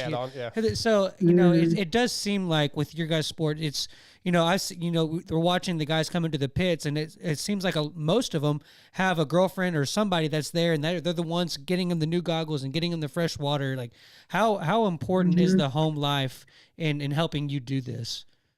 Yeah, no, that's my fiance, and okay. She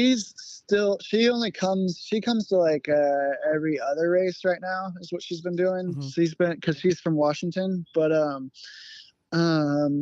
it's a big deal.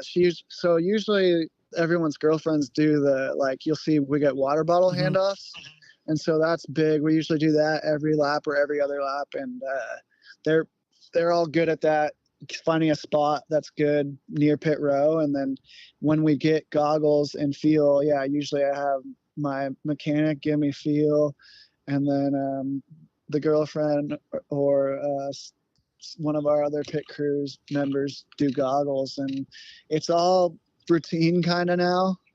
At first it was like who's doing what, and we have to have it figured out, but we have a pretty good routine, and it's important because it's 10 seconds is usually around what it takes us to feel up and get everything. So it's quick, and if someone's not on the same page, it could mess you up for sure. So, yeah.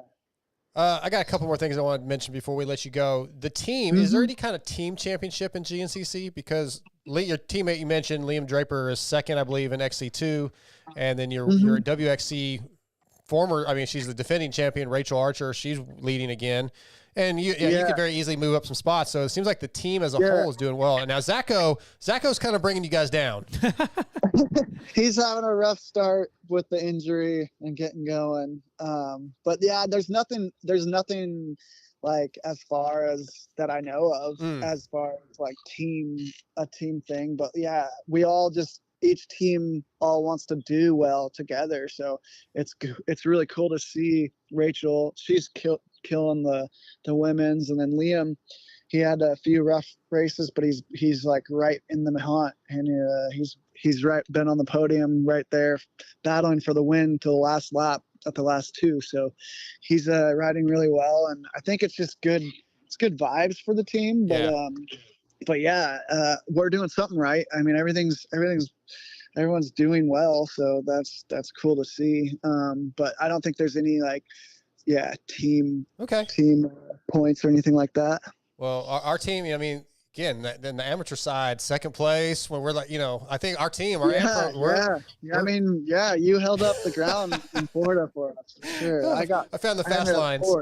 Yeah, so, I found the fast lines, passed it along, But the next thing I want to ask you about, I was also doing some research on you. You had a pretty serious injury in 2020 where you severed your femoral artery and broke your hip, and it sounds like, from what I read, you came close to losing a leg, maybe. Yeah, that was really scary. Yeah, tell us about that if you want to. No, yeah, it was it's wild to even be racing now because of it. But I was having a really good year in 2020 also, and it was the last lap of the race, and I actually caught up to Caleb Russell, and he didn't have any hydration that race, and he was pretty smoked, and I tried to get aggressive and make a quick move, and he was aggressive back, and just ended up we banged into each other, and I got sheared off on a tree, and it turned the handlebars to the right, and I went over the bar so fast. It was a third gear section, so it was fast, and before I knew it, I was got up, and I could just feel blood coming down my leg, and I'm like, oh no. And luckily a guy ran up, and I asked for his shirt. He took the shirt off his back, literally, and tied it around my leg, and I just pushed on it, and it stopped bleeding. Which, oh wow! They say those you could bleed out in 10 minutes or 8 minutes from that. So I was very fortunate that it clotted, and then I got to the hospital, and he was the scariest thing ever is when I went under surgery. They were like, I have to tell you this. I have to tell you that there's a chance you could lose your leg. So I woke up from the surgery, and first thing I did is look down. I was like, oh my gosh, thank God. Yeah. Still got my leg. So that was a good rest of the year off injury. I had a long recovery from that, and came back in 2021, and it took a little while to get back up to pace. And I think anyone could understand why. It was a scary situation. Yeah. Yeah. I think that's one of the scariest things, or most interesting maybe things about the off-road life, is how long it can take to get medical attention. Cause I would mention earlier, a enduro we did here locally in East Texas, and a guy in my class crashed right in front of me and ended up having to be air flighted out, but it took an hour for medics to get to him. The guy could have easily died. And it's, I think that's something, and it may be better with GNCC, but they definitely need to have more preparation to get people in and out of there. And it's not easy when you're in the woods. No, it's not. It's scary because I think I was super fortunate because I was right by the starting line where it happened, and they were able to get a little meal back to me and put me on. I actually just rode out in the passenger seat of it, and at the time I was thinking maybe it's just a hole in my leg, I don't know. And so I rode out, and then I was even trying to talk them into letting me get a ride from someone else to the hospital, because I was like, I don't want to go in the ambulance, and then they were like, no, you gotta go. So I'm glad I did now, because I did not realize the extent of the injury. But it is scary because especially in national enduros and stuff, you're miles and miles out in the middle of nowhere. So it's kind of, sometimes it's the luck that you gotta get.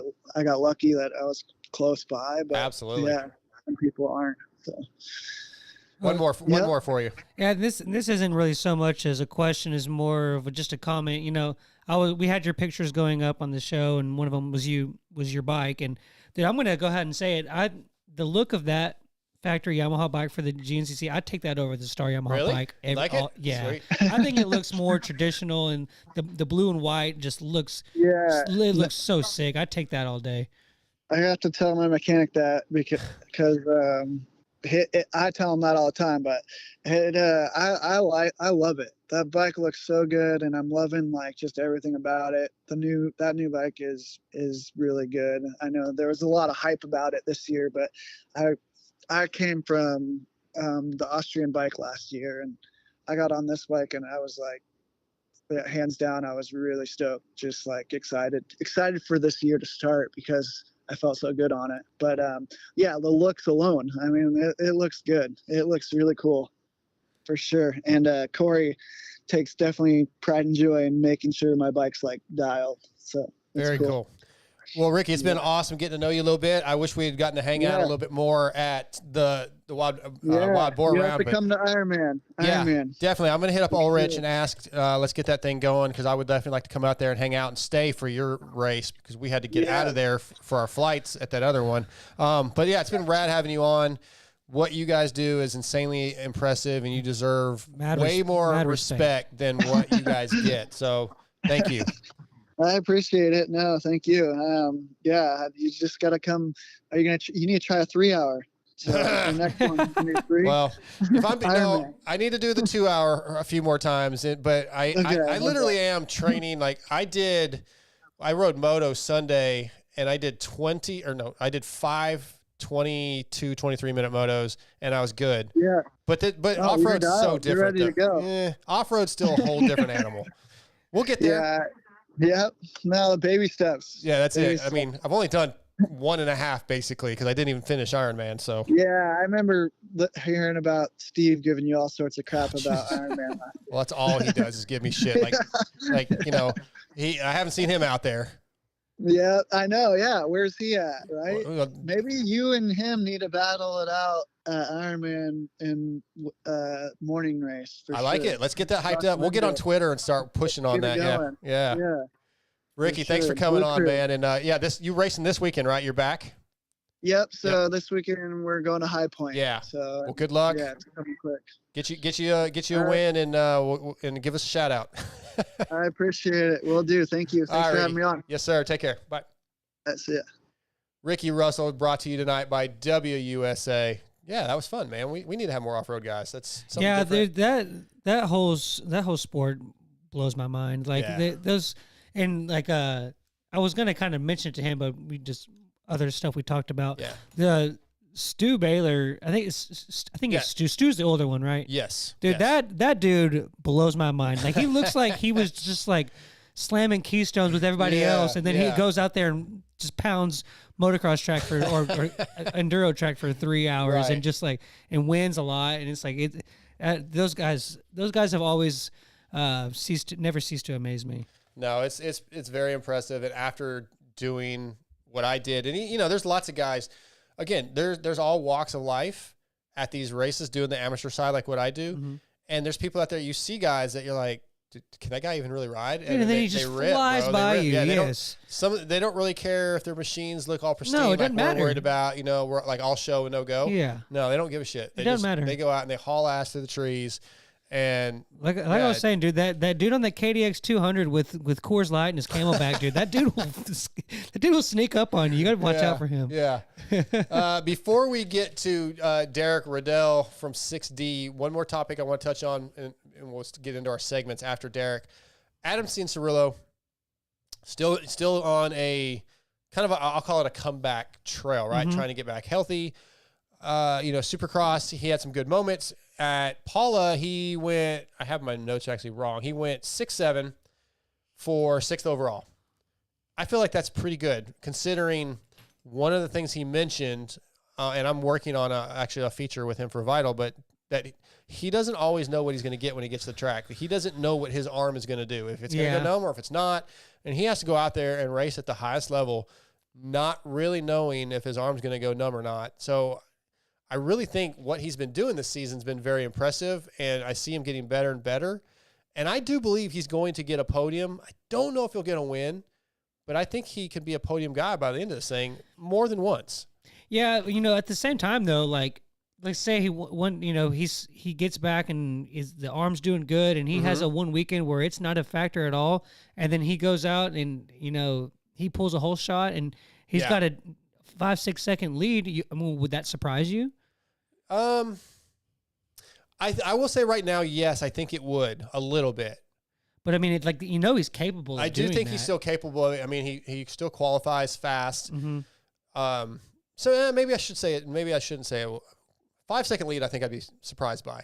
But I can see him getting a win. But I think it'd be a little close. I think it'd be difficult. But yeah, it kind of depends on where the championship battle goes. Because Right, if it turns into a, like it did last year, where, you know, after round 6 or 7, it was just Chase and Eli, and that was pretty much it. No, because they were battling for the points, and nobody was really going to that level that they were going. So I think a lot of that factors into it.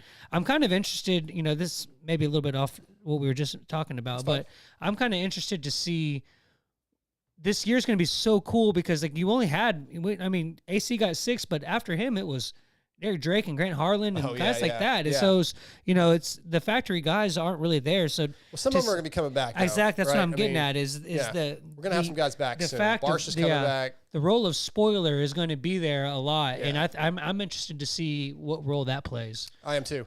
All right, next guest of the night is on the line. He's going to be brought to you tonight by FXR, which is designed by racers for racers. With industry-leading fit, finish, and performance, progression is the name of the game with every new piece created. At FXR, we push our brand to the next level to provide you with the best product possible.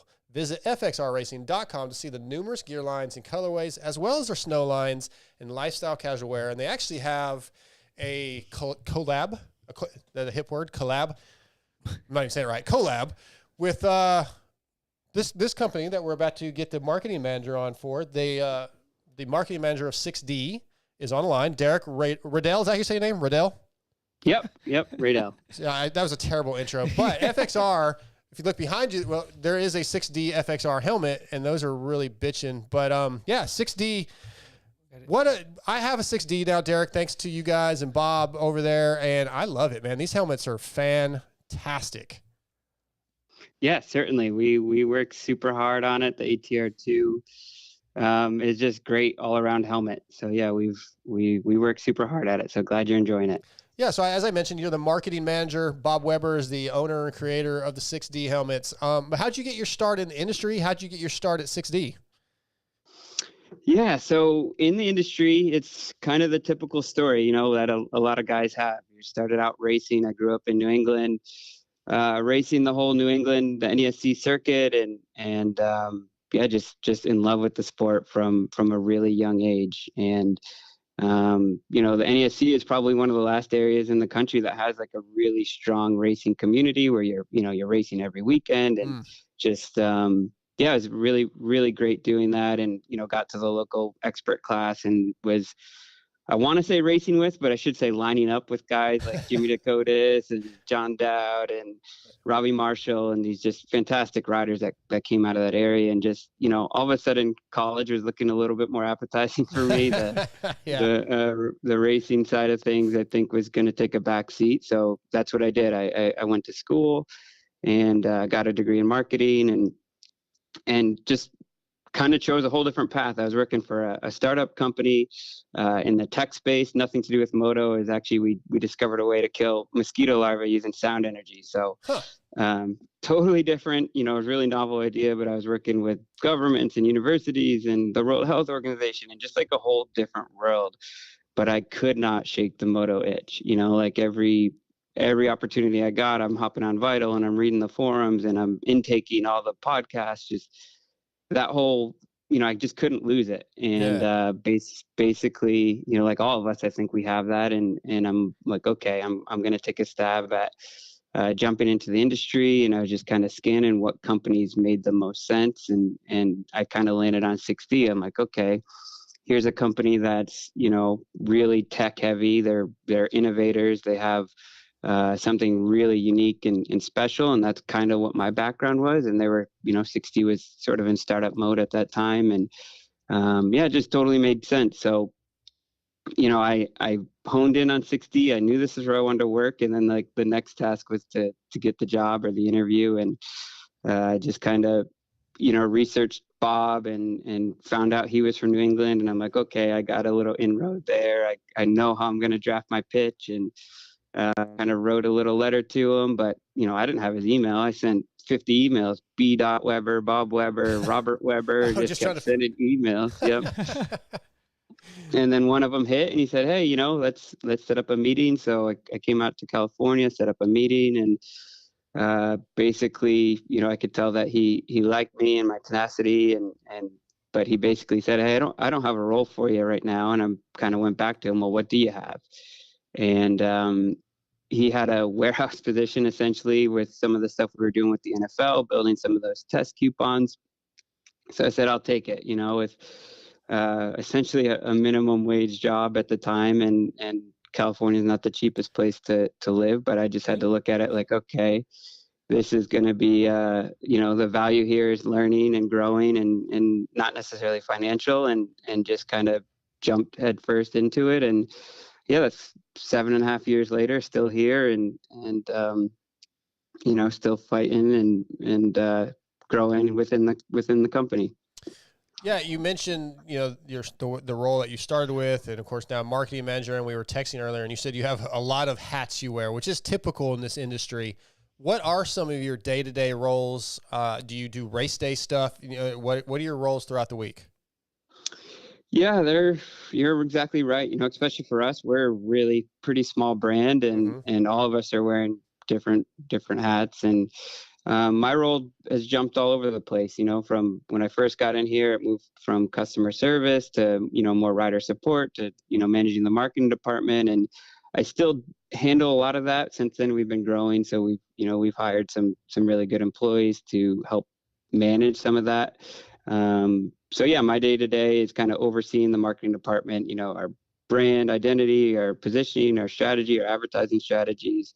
I work really close with Darren, who's our now our rider support guy, who's kind of working with the athletes on a day-to-day basis, but we kind of come up with our plan for the year with Bob as well. For the teams we're going to hone in on, that just basically who's going to represent our brand for the year. And even because I've been here for so long and touched so many different sort of departments, I think I have a really good feel for the product. And yeah, so I've been moving a lot towards the product development side. I work with our engineering team to, work on our future products. Just it's a lot for sure. Yeah, a lot of different things, but it's really enjoyable. Yeah, it's when you look back to where the helmets were safety wise, 10 to 20 years ago, it's amazing how much they've changed. And just when you see one of those old helmets, like I'm sure you guys have done, research on what other things have been done in the past. And it's like, when you see one of those old ones compared to what we've done now, like it's got to be like mind blowing how much more, safety and technology has been added to these. And what has been the biggest catalyst for that? Yeah, it's incredible to see. We have, our early prototypes here and all of our control samples and helmets we were testing against way back in 2012. So we have like a plethora of helmets, and basically every helmet that comes out, we buy 2 or 3 of them and we bring them to the lab and smack them and compare it and see where kind of everybody's at. And yeah, I think we were probably a big reason for changing the helmet industry and the helmet space with our tech. And the whole philosophy has totally flipped from where it was. And as I mentioned, I grew up racing. I would like to have considered myself in the know when it comes to helmets and safety. And boy, I didn't know anything. When I got to 6D, it was like, whoa, I really had a lot to learn as far as how a helmet was supposed to work. And I think our job has been trying to educate our customers or potential customers what a helmet is sort of supposed to do in a crash, which it's sometimes counterintuitive when you think about it and what we're looking for the helmet to do. Yeah, I did a pretty good well, I feel like it was pretty good interview with Bob Weber, sure you thought that. article. And we got into a lot of that, right? Like discovering the rotational acceleration and how it affects rotational movement of the brain, and rethinking the EPS liner and all those different things that go on within the helmet. And one of my favorite things about the 6D that I don't know if everybody realizes with the ATR2, like it's somewhat rebuildable if it hasn't had a lot of damage. So you go spend $600-700 on a helmet and you'd maybe take a digger in it, but it doesn't actually damage the structure of the helmet. You guys can repair a lot of that.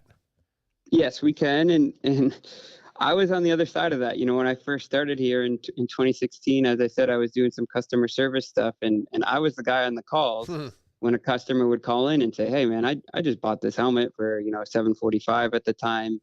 I crashed my first ride. What can you do for me? And that is a really tough call to take, you know, because we're, like I said, we all ride, we're a small company, we're riders first. And it's like, sorry, we'll try to get you a discount or whatever we can do to try to alleviate that. But it's, it's a disposable item. And if you crack your FMF or Pro Circuit exhaust your first ride, do you expect those guys to replace that thing for free?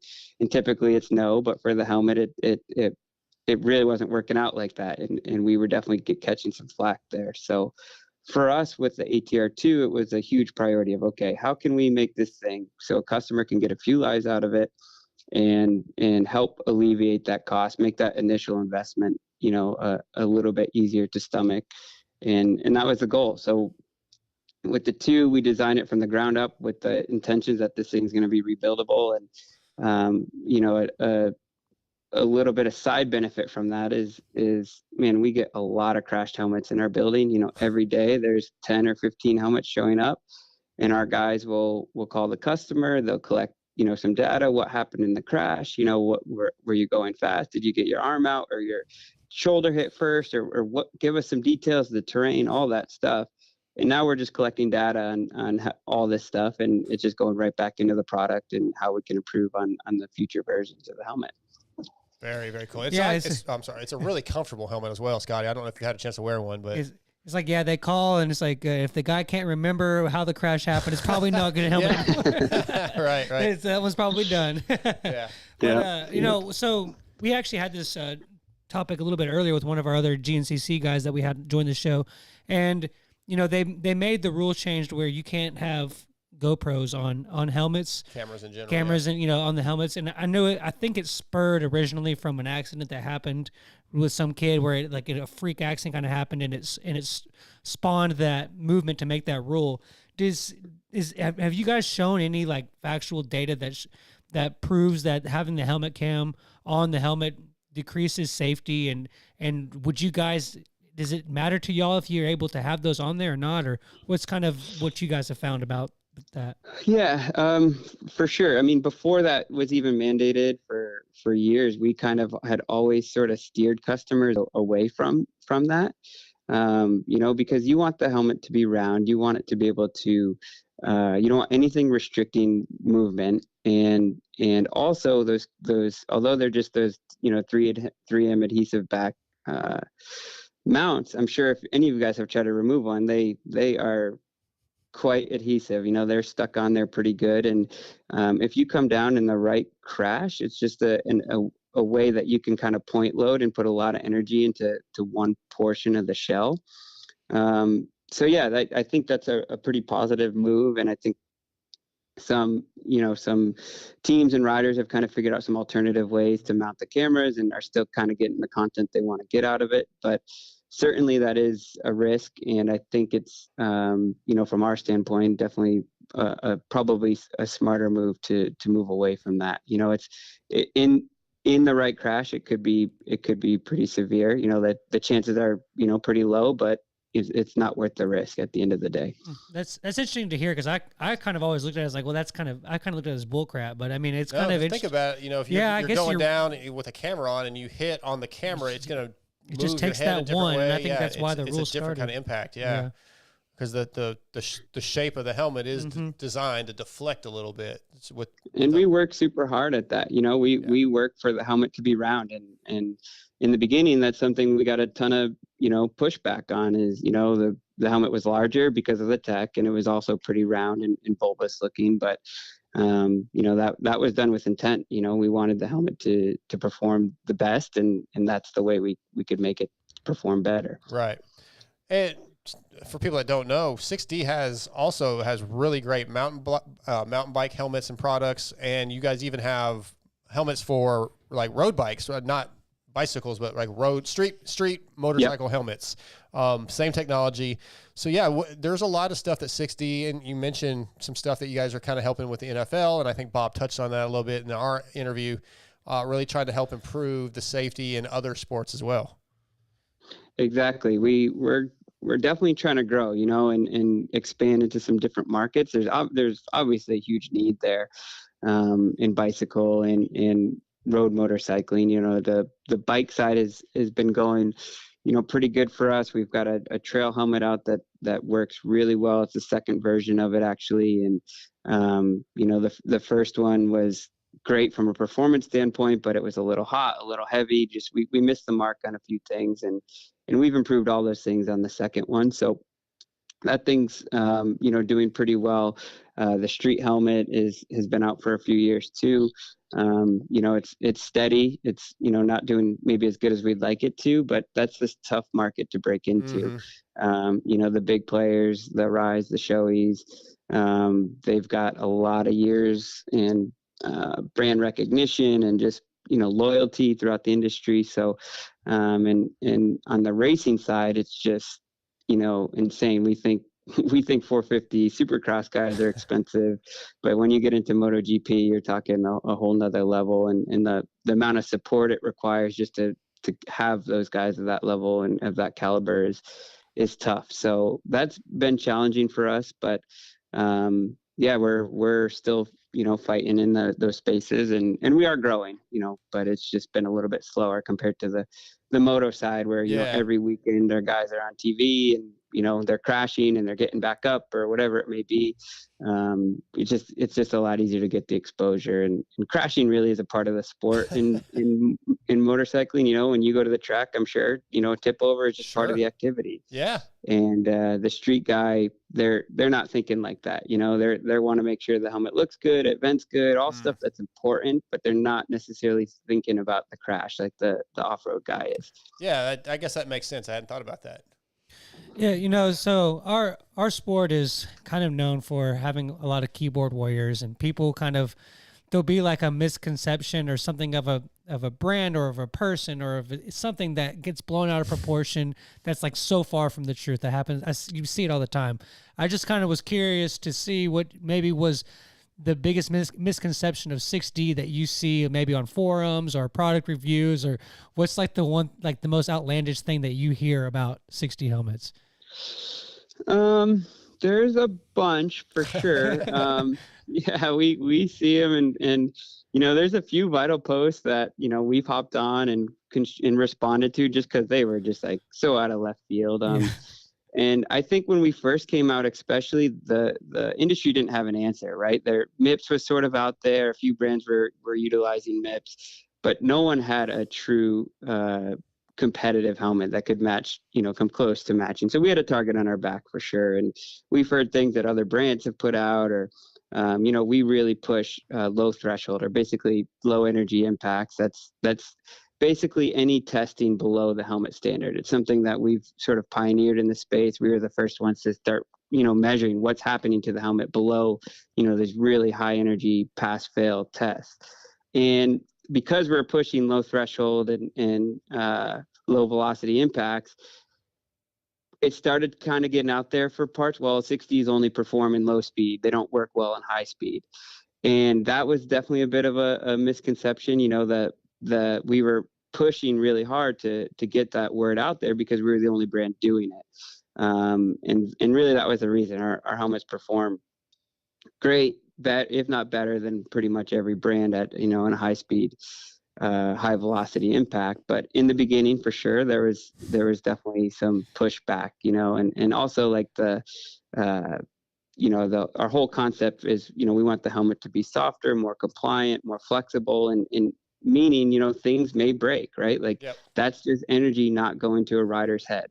And it was pretty new in the space at the time. And for sure, that was a little bit of a rumor where, keyboard warrior sort of thing would be like, well, they break easy or whatever. They the foam crushes easier or whatever. But to us, that's all sort of a positive, right? Because we want things to break. Of course, they need to be able to withstand your mild crashes and things like that. You don't want to be having to replace the helmet, every little tip over. But helmets were just so hard at that time. The EPSs, the foams were so hard, and people weren't really accustomed to them crushing or getting damaged. But since then, everyone's kind of caught up. Some of these things that these other brands sort of put out there, or messages that now they've kind of all fallen in line, and I think we're all sort of honing in on the same, looking for the same qualities in a helmet now. Yeah. Two things before we let you go. Let's start with what's next for 6D. Is there anything new coming that you can tell us about? That's always a tough one. Okay. For sure. We're always working. So yeah, we definitely have some new products in the pipeline. Hopefully within the next year or so, we should be releasing some new stuff, but I certainly can't tell you exactly what they are or what space they're going to be in. But yeah, we have some new stuff coming for sure. Everything we do, like all of our profits, and it just goes back into the engineering side. So we're always working. We definitely not resting, and we've got some cool stuff in the pipeline for sure. All right, so the last thing then is we do a segment every week called the 6D picks for whatever the next round is. So I want to get your 6D picks for Hangtown. Ooh, that's tough for sure. Well, I shouldn't say it's tough, because it's going to be probably the same 6 guys, I would say, top 3 in each, but it's the order. We'll just do 450s. We kind of stick with the 450s. So okay, cool. I think I'm going to have to do Jet to back it up, and then Chase, who is a longtime 6D guy, would be second, and then AP I think is going to podium and get it together from last week. All right, that's the same 3 that I have, and my Michael Lindsay had. Just a little different order, but yeah. All right, cool. You don't win anything if you get it right. It's just something we do for fun, but no worries. Yeah. Hey, Derek, it's really cool getting a chance to talk to you and have you on here a little bit and tell us and our listeners about 6D. I definitely really, really appreciate what you guys do for the show and for Vital MX, and I really believe in the product. I told Bob this, and I think Chris Kiefer also has the same feelings. There's really only 2 helmets that I really, really trust, and that's the 6D, and I really enjoy the Fly formula. I think they're both at the top of the ladder, and I know when the formula was coming out, JT was very big on giving a lot of praise to 6D and the test results that they got from it. And yeah, that when the competition is saying how good it is, that should tell you something. Yeah, certainly. And JT's been super fair with us over the years, and don't know him personally, but I that definitely goes a long way for sure. And he's always been really fair to our brand, and we work really hard at it. And yeah, I really appreciate the time and everything you guys are doing, growing this show and your role at Vital. It's been great to see. So thank you. Thanks a lot, Derek. And yeah, I look forward to seeing you maybe next time out there in Cali or something. I assume that's where you're at. You're based out of Cali too? Yep. Yes, sir. Yeah. So hopefully I'll see you soon. And again, thanks for your time. No worries. All right. You guys have a good rest of the night. You too. Thanks. That was Derek Radel, brought to you by FXR and 6D. Yeah. I'm going to sound like a real dummy, but that's par for the course. And one of the fans asked, I did not know the answer. Okay. What does 6D stand for? Oh man, it's in the article. It's something to do. All right, so you don't know either. No, cool. It's something to do with the technology of engineering. It's something to do with engineering, I believe. But look, go to Vital and in the search column, just type in Bob Weber, and there should be my feature come up. He talks about how he discovered the technology, how they came up with it, all the testing. It's a really good feature. Oh, it really is good. That was smooth. Plug your. Yeah, well, everybody should be reading all my stuff. The new Moto Moms came out today with Julie Faulkner. It's really good stuff. Go check it out. You wouldn't have a Moto Mom segment. Well, it's good. I did one with Sonia Stewart, one with Jeannie Carmichael. That's a good area that hasn't been touched on, man. I mean, hasn't been touched on. 6-dimensional? It's something like that, but I think it had, I forget. I mean, I don't have time to look it up right now, and I'm blanking. Obviously, Ron, Yeah. I'm waiting on Lewis Phillips. Lewis is going to jump on for just a minute for our Luxon MXGP review from France. I have a couple questions for him, and he also has a topic that he wants to touch on for the X Brand Forum check-in. As we start to close this thing out, I'm waiting on him to text me back because he's finishing something up. I've mentioned it a bunch of times, our email. It's motoxpodshow@gmail.com. I really would love for you guys every week to get on there and get involved with the Prox highs and lows, what your highs and lows were from the previous race. With the 60 picks, give us your picks. We've had a couple of those, which we haven't got to that segment yet, but I have a couple, I think, in my screenshots of some people that have sent me emails for their picks. The Motul, usually we do like TJ's tech tip or an email read. I've got a few emails that we're going to try to get on that have some good questions for us. I love you guys getting involved, so I want more of that. And then also we have our own league in the Pulp Mix Fantasy site, and our winner for Supercross. I have Mark's waiting. He's going to give me the information on who this person is. Give me an email so I can contact him. If you're listening, it's B Waller 48. You won our league, so I've got a prize for you. But I'm going to wait for Marks to actually get me the information. I don't want Sport and Wood to say, yeah, that's me. I'm B Waller. Send me a prize. So I want to Sport and Wood. I know he'll he actually was not in. He's not in today. Oh, really? Yeah. Well, I don't, or Jake Curry, Jake Curry is kind of he's sly. Mm-hmm. He'll be trying to say that was me. So I got a prize for you guys. We'll have another prize for outdoors. So if you're not in the MotoXpod Show League, get on there. It's a lot of fun. Everybody's kicking my ass. But you're still not playing, right, Scotty? What? Huh? Fantasy? What? No? Huh? No fantasy? Huh? Come on, Lewis. You got to text me back, man. We ain't got all night. Okay, let's do... let's do 6D stands for the 6 degrees of movement of the brain before it has problems. There we go. Who answered that was Hilton Stroud. I wonder if he went and looked at my article. He probably just Googled it. But he probably didn't read my article like I asked him to, but... Well, he did say the omnidirectional suspension capability provides 6 degrees of freedom, which became the inspiration for our company named 60 Helmets. So maybe he works for 60. Maybe, or, yeah. Sounded pretty confident about it. Yeah. Oh, here he is. Yeah. Okay, we're going to get to the email in a second, but Lewis is ready. So I think we got Lewis on the phone. Let's check in. Lewis Phillips, are you there? Lewis. He's on another line. Just leave your message after the tone. Okay. He wasn't, that was... Is that his voicemail? Sounded like it. He says FaceTiming. Talk about something while I... Yeah, switch over and get him. You just talk about who you would have picked in fantasy. I don't know. Talk about why you don't play fantasy. Because I work on Saturdays and I just don't. And y'all get so like, y'all are like, oh, why don't you play fantasy? And then all y'all talk about is how much you hate your lives. I don't hate it. Y'all are like, oh, okay, none of y'all. So none of that whole group dramatizes being trash. Oh no, a lot of people do. Yeah, yeah, like it's just like it's still this fun. is the worst. I hate this crap. But then it's like, all right, you want to play? Lewis Phillips, you there? Good afternoon, sir. How are you? I'm doing good. I forgot I had to FaceTime you. I tried calling you with your international. That's fine. I called you back though because I'm a great guy. Yes, you are. Despite what people say. Nobody says anything bad about Lewis Phillips anymore. They'll have to deal with me. Not anymore. You say not anymore. That's great. That's great. Yeah. So I asked you to jump on here for the Luxon MXGP review. We're going to discuss the MXGP of France for a second. But first, when it comes to triple clamp suspension and chassis parts, there's no comparison. Luxon MX makes the best parts you can buy. Scotty, I don't know if you knew that, but they do. Luxon's advanced engineering background and techniques allow them to develop products that are unlike the rest. They're lighter and stronger with optimized stiffness to enhance your riding comfort and precision. Luxon products are designed, engineered, and made in the USA, so check them out online at luxonmx.com, and all orders of $100 or more ship free within the continental US. Use that promo code MotoXpod to save.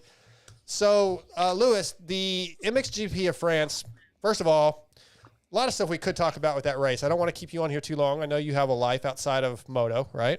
This is overtime for me. Yes, yeah. So we will expense ML for that.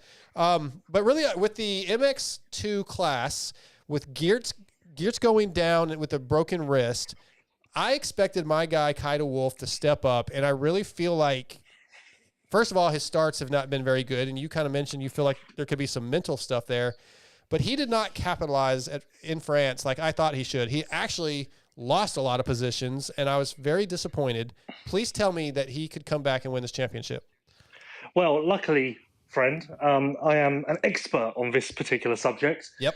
First of all, the starts, they were actually really happy with the starts in France because it was a wide open first turn where you could get a start from anywhere on the gate, and they feel that is typically the type of start that does not favour Kai de Wolf, but yet he's still got good starts. So they felt like they turned a corner as far as starts go in France, so that was good. Positive spin, obviously you're new to MXGP, but last year at the French GP in August, a different track, but same style of track, Kai rode around in like 9th, maybe it was even worse than that, and was basically just irrelevant. So although, yes, maybe you would have liked to have seen more, it was actually a marked improvement on hardpack versus where he has been in the past. To your question, he can absolutely win a championship, and he is the favourite, but I strongly believe that this weekend is going to be big because it's sand, Geertz is out, which those two things make him the ridiculous favourite. Like, I cannot even fathom how he doesn't win the GP this weekend. The only way he doesn't win it is if his rookie teammate somehow steals the win from him, and that would obviously not be an ideal situation for Kai's mental state. Right, that's Lucas Conan, right? Yes, who's coming to America in 2025. So yeah, I believe, and I've had this conversation with my good friend Rasmus Jorgensen, who's the team manager of the Husqvarna MX2 team, and I said to him, I genuinely believe that if Kai wins this weekend, it's on. But if he doesn't win this weekend, I think it'll be tough. It'll be a tough pill to swallow because I have no doubt that he is looking at this weekend and going, okay, finally, this is mine. I'm going to get my first win. Everything's in line. This is mine. I have no doubt he's thinking that way because why wouldn't he? Well, you just so everybody knows, you also spoke about this on the fantastic MXGP review show that you and the great Adam Wheeler do. That was I listened to that this weekend, and yeah, fantastic stuff. So you did mention that, and I thought that was a good point. You're right. If Lucas were to beat him at this track that he has so much confidence in, that could be very detrimental. And yeah, even if, just imagine, like, Lucas gets his first GP win 7 races into his career, whereas Kai's been waiting 2.5 years now. Like, that's just difficult to watch. That's difficult to sit under the same awning and be like, oh, how has he got one before me? Like that isn't right. No, that would be difficult to swallow. Absolutely. Yeah. Well, I think I feel a little more confident after your expert thoughts on Kai. I do hope he goes out and wins. It's Latvia this weekend, correct? Yes, the best GP of the year, in my opinion. Okay, because the track or the facility, everything? Everything. The track's good, the country's nice, the city's good. Like, it's 10 out of 10s across the board from me. Wow. Yeah, we need to make plans to go to that one next year then. Yes, that is, honestly, I'm gutted. I'm not going there this weekend because I love that race. Instead, you'll be at Hangtown. To be honest, I'm not that gutted because I'm quite excited to see Hangtown for the first time. Okay, good. Yeah. What about a couple more things I want to ask you about on the GPs? Liam Everett's had one of his best rides. Do you see improvements coming from him? Do you see him starting to be a guy that could be a podium contender regularly? Yeah, he's ahead of schedule by his own admission. I don't think he or KCM thought that he would win podium twice in the first 6 rounds. Mm-hmm. So he is ahead of schedule, which is obviously a good sign. I think that for him to continue hovering around 3rd to 5th is probably his ceiling. But that's good. That's just fine. Like, that's great. If he can continue to do that, I highly, highly, highly doubt he wins a moto or a GP this year. Okay. But yeah, he's definitely, that's not to say that he isn't exceeding expectations and doing very well. Good to hear. Yeah. So again, I'm learning all this, so this is information I need. And then in the MX1 class, your guy, MXGP. I'm sorry, MXGP. Your friend Jeremy Sewer gets a win. Really, really great ride with a 1-2 finish. Got 2 hole shots. Things are looking up. He didn't hit the deck any, which I'm very happy about. Things are coming around. Yes, he has turned a corner. He's very happy, and I would expect this form to now continue through the rest of the year. Is he going to beat Hurlings this weekend? No, it will be lights out. Hurlings will run away with this. But I expect Jeremy to be consistent podium guy and race win contender the rest of the way, and that'll be just fine. It's just a shame, Jamie, that he couldn't come to Parlour. I agree with that. I would like to, since I didn't get introduced in San Diego, I need another opportunity where I can meet this guy. Oh, if you're going to be at the Nations, let me tell you that my plan is underway for the Nations. Okay. I have spoken to all of the parties involved. I do believe I will be at MXDN this year. I even have a sponsor for my plans. Where is the Nations this year? France. Oh, it's in France. Ernay. Yeah. Oh, nice. So it's going to be that's going to be a battle with our French competition. Yeah. And Australian. Oh, true that. Okay. Hurlings. Freak things that happen. I mean, a really great ride in first moto, kind of held back for a little while, made a charge at the end, finished second. Moto 2, 2 very, very strange things happened. Have you got any information on how the goggle strap broke and how the peg broke? No, but okay. I have not. I can't fathom how a goggle strap breaks like that. I've never seen that. So they said it broke, but is it possible that it just pulled out of the side? Like, the way they're built. Yeah, I mean, I've never seen that even. Yeah. No, but if he, I think it was it you or was it Adam saying that he does a lot of his own gear, and if he was changing straps and didn't put the thing in there right, I've seen them come out when I put my strap in incorrectly once. I put it, it goes into the goggle, comes out a particular way, and if you do it backwards, it will pop out. I don't know, because all of the GP guys pretty much do their own goggles and stuff. So I still feel like we would have seen this at some point before. The foot peg thing, I feel like we've seen that occasionally, haven't we? I feel like I have. More, the goggle strap, never. Right. I've seen the peg when there's been a crash and the peg's gotten hung up on a bike somewhere. I've never seen a peg just break. Yeah, but I feel like it's not insane to think that on a track like that, a peg gets caught in a rut. Yeah. Because you've got to remember, those aren't soft ruts, those are like concrete ruts. So lean the bike over a little bit too much. I can kind of make sense of that in my mind. But goggle strap, no idea. And I wouldn't be surprised if we never, ever, ever, ever, ever see that again from anyone. For me, it was just, those were two, those were two big anomalies separately. For them to both happen at the same time, it was just kind of ironic for me to see that happen at the race directly after he had made those questionable comments. Oh, about doing it all on his own? Obviously, there was no correlation to it, but I just thought it was quite. We'll show you. Yeah, well, not that. It's just karma. That's what I mean. Yeah, the universe saying, all right, we'll show you. Well, he came in 4 points down, I believe, on Prado, and now we got a little work to do. This is making the championship a little more exciting.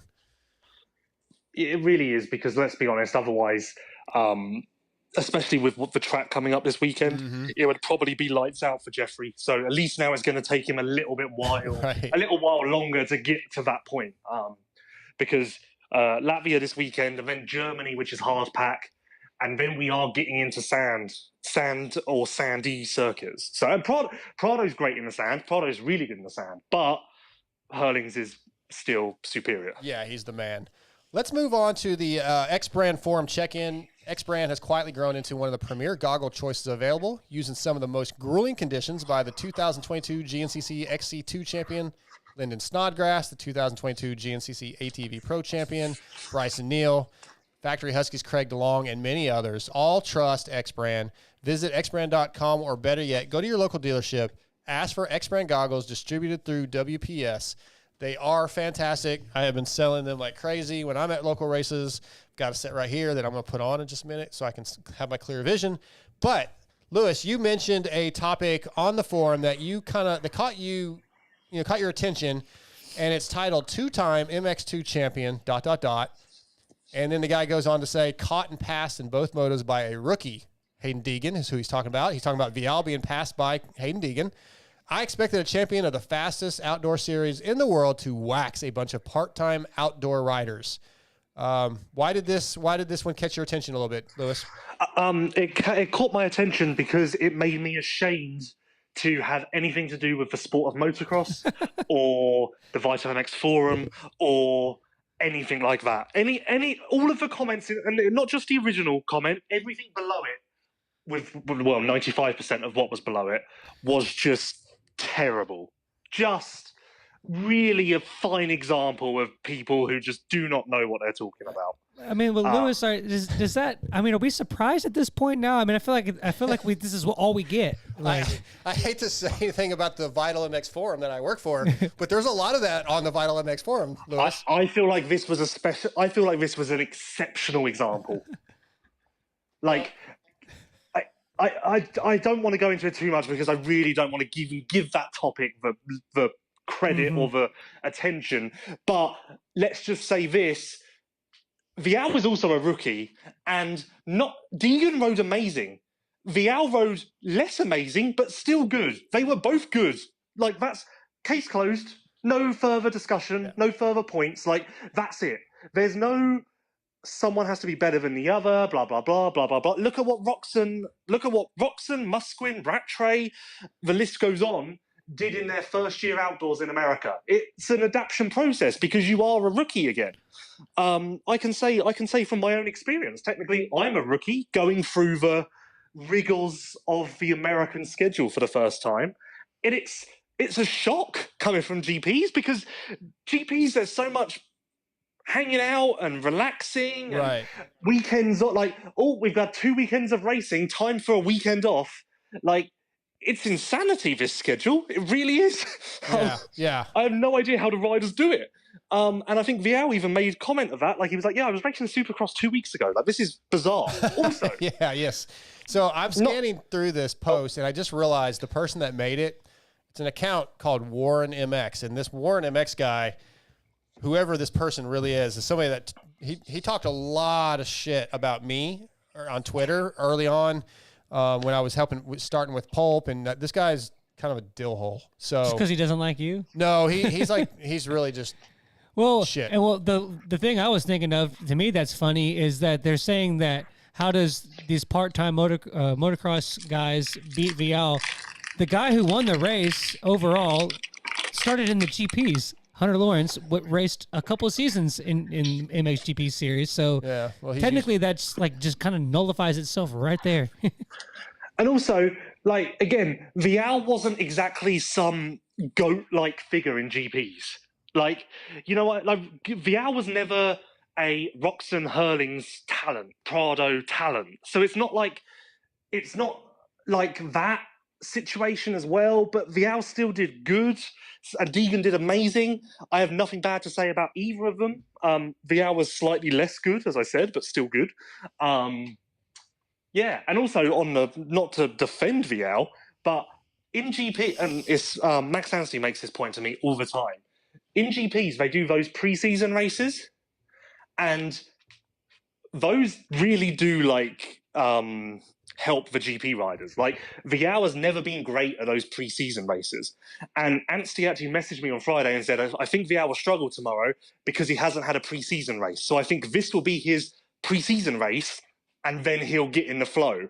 And to be honest with you, it's not a bad theory, because the way the GP riders are built, or the schedule that they're used to, is to have a couple of warm-up goes rather than just be thrown straight into racing. Yeah, and you have to admit there's something to the fact that Vial's got to learn these tracks a little bit, and learn these tracks, learn the weather, learn. There's not much practice. Learn the style of racing, but so does Deegan, because he's they're both rookies in very different ways. And it doesn't. I don't care who beats who, and like I say, they both did good. But that topic was just dumb. Fair enough. Well, Fair enough. One of the listeners had a good point as well. He said that Deegan's not really a rookie at Paula because it's one of his home tracks, and he's rode it 1,000 times. So if that's probably VL's first time to ever ride that track. He's rode a few of these tracks because he did race some last year, and he's used to the United States in general. Like he knows how the program works. He knows where he's going to go eat. He's an American. He's been around the United States. It's just different. It just upsets me, Jamie. I know. You get upset. Your emotions, you wear them on your sleeves. Yep, I really do. I like this one. Why do grown men on this forum act like 16-year-olds? Can't we all just enjoy the racing? Yes, Moto Man. Yes. Just to go back to my point quickly. Yeah, go ahead. I'm just looking here. Roxon didn't win a moto in his first outdoor season until round 10. That was his first moto win, not overall moto, and that was his only moto win all year. So they're no one in MXGP was expecting VL to come out and win. To be honest, third or fourth overall was kind of the height of my expectations. Like there was no way I thought he would be first or second. So yeah, just calm down. And I know you're one of those people, Jamie. So just calm down. I will calm down, Lewis. Thank you for calming me down. Well, another thing that's funny that I just thought of is that when a couple years ago when Hurlings came to Ironman and won, that was the exact opposite. Like that opposite of what we're talking about here happened, and then everybody hated on that too. So they're just gonna hate on whatever they can get their hands on.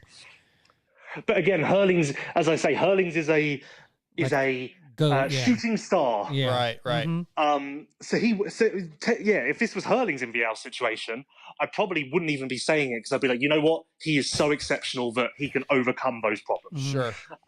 Whereas VL was never, like I say, VL was never, no one in GPs was stood there going, cool, we have got a star here. Like, yeah, we've got a world champion and a very good rider, but no one was thinking Prado, Hurlings, Roxon level. Yeah, exactly. So yeah, I think people they just like to stir the pot. That's really what it comes down to. We have to stay positive, Lewis. You know this. Positivity is your main focus. Yep. Positive. Yep. Before I let you go, give me your 60 picks for Hangtown podium for 450 class. I already got the winner wrote down. Okay. Well, I think Chase will win. But I honestly think that it will come down to a battle of the starts between him and Jet because I think that if Chase had started first in the second moto at Parla, then he would have won that. So I think that it will be very similar and it will be a case of whoever starts first. I would be surprised if either Jet or Chase go 1-1. I expect them to split motos.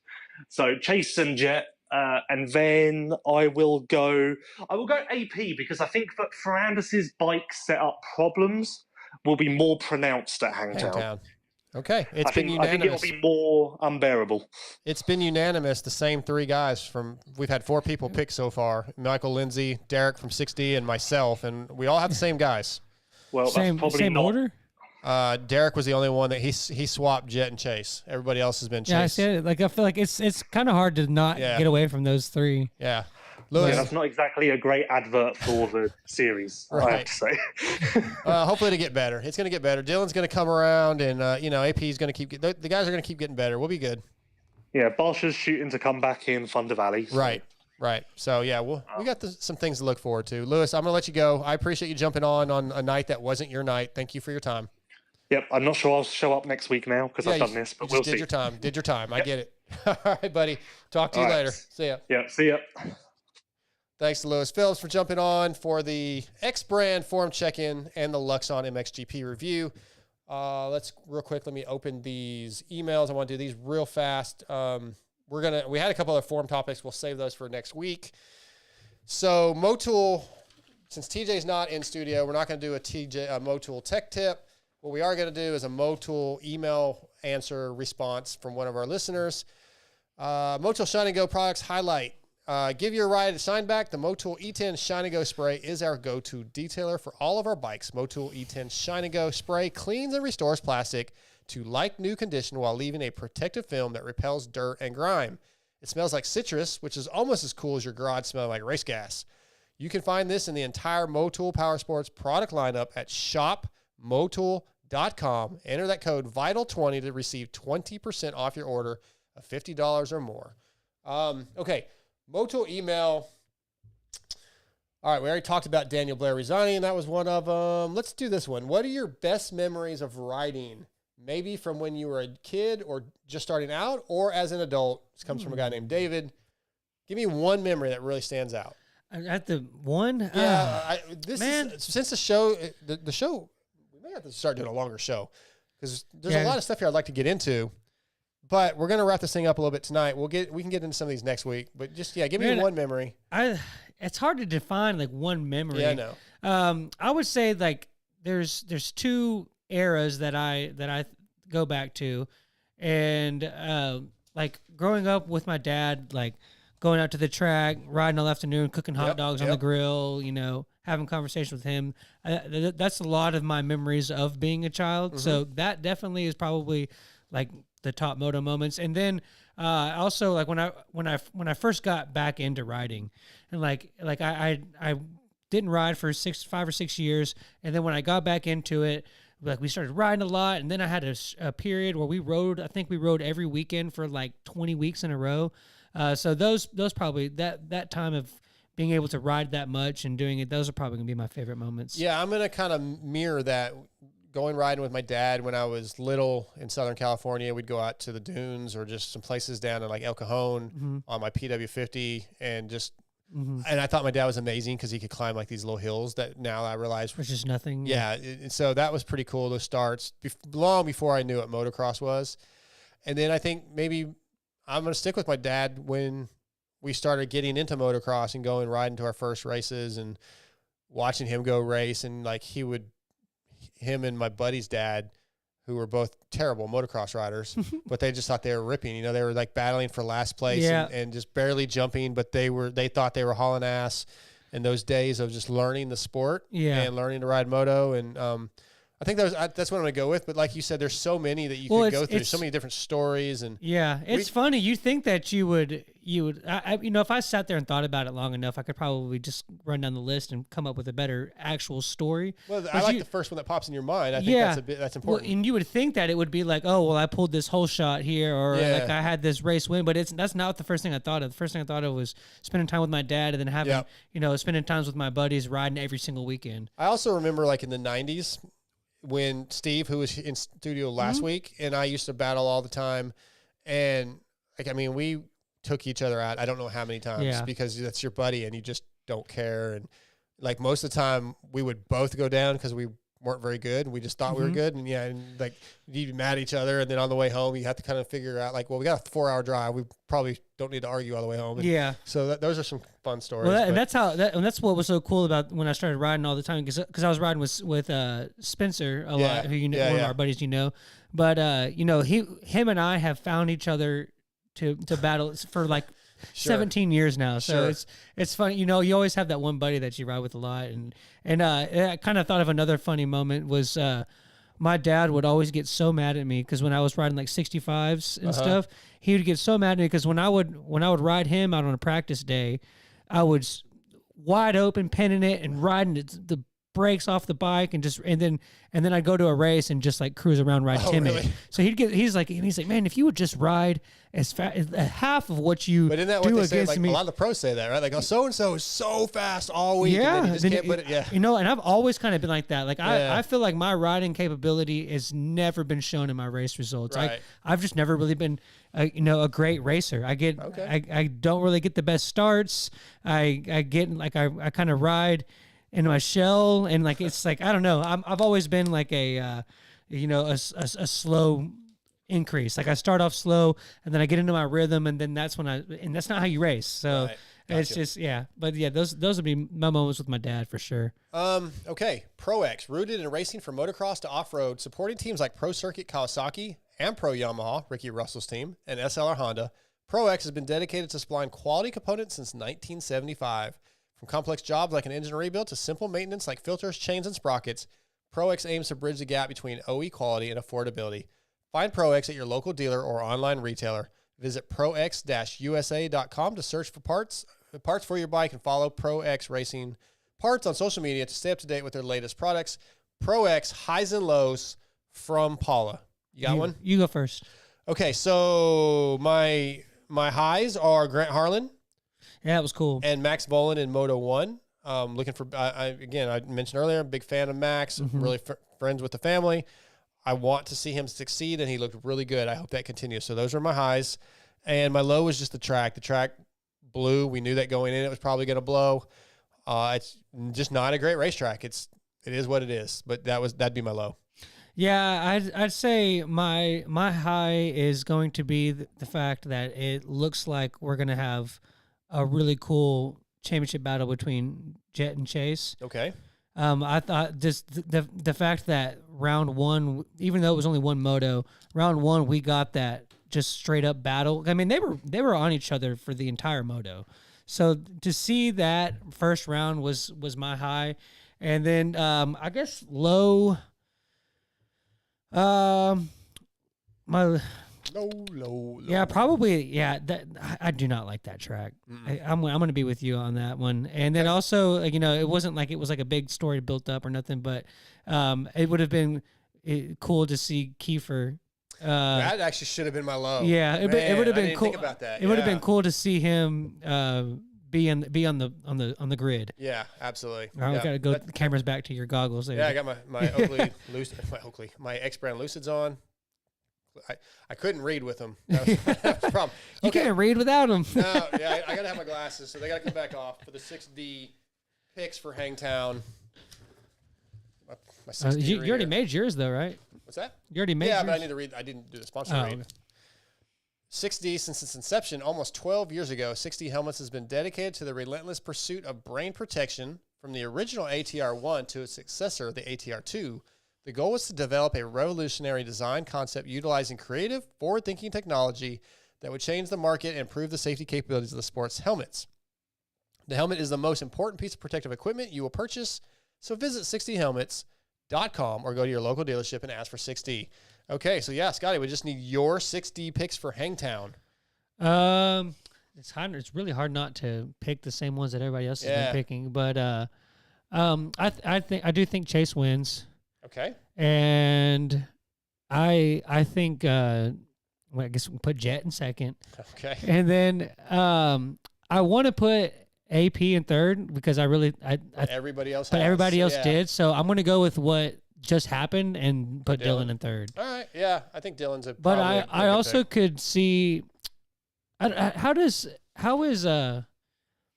I'm trying to think. How was Cooper at Hangtown? I guess it's kind of hard to really tell with Cooper because he doesn't do outdoors, and then some years he's been good at outdoors, and some years it's kind of hard to tell what tracks he does. But yeah, I wouldn't be surprised to see him be in third either. He'll get better. He hasn't had much time on the bike either, much like Dylan. So I think it's going to be a few weeks before we start seeing him a little better.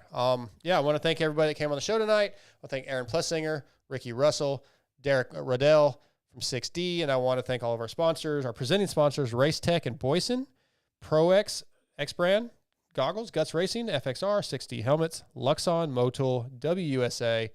I want to thank Lewis and Michael Lindsay for jumping on. Again, email MotoXpodShow@gmail.com. If you have questions, when you see us post, usually day of, who the guests are, email us some questions, man. We'll ask those questions if we can get to them. McGrath is supposed to be on next week. We keep kind of pushing him back because he's had things going on. He's supposed to be on next week. So if you have some questions for McGrath, MotoXpodShow@gmail.com. I'm thinking next week we may only do 2 guests. Then we can get to some more of these email if you got McGrath on, we don't even need another guest. That's true. But there's some topics that we didn't get to tonight that I'd like to get to. So maybe we'll do 2 guests so we have more time to talk about some of that stuff. But yeah, please send your questions, your comments, your highs and lows, your picks. Like I like that stuff. It's fun. Oh, speaking of, real quick, let me find this email, a screenshot. Yeah, I know. It's great radio, right? So Shane Bagley emailed his Prox highs and lows. He said the high was the kids. The 250 kids showed out. Danger Boy, Ryder D. Ryder was a good one, yeah. Jet Reynolds, good stuff for the future. His low was the 450s. It's a 2-man Honda show. I don't think anyone will be able to run that Jet Chase pace. Dylan was 40 seconds back. It's a duel just like last year with Chase and Eli. He also said he loves the show. You have had some great interviews in the last couple of weeks, hearing from the riders. I don't hear a ton about, and I love it. So thanks to Shane for that.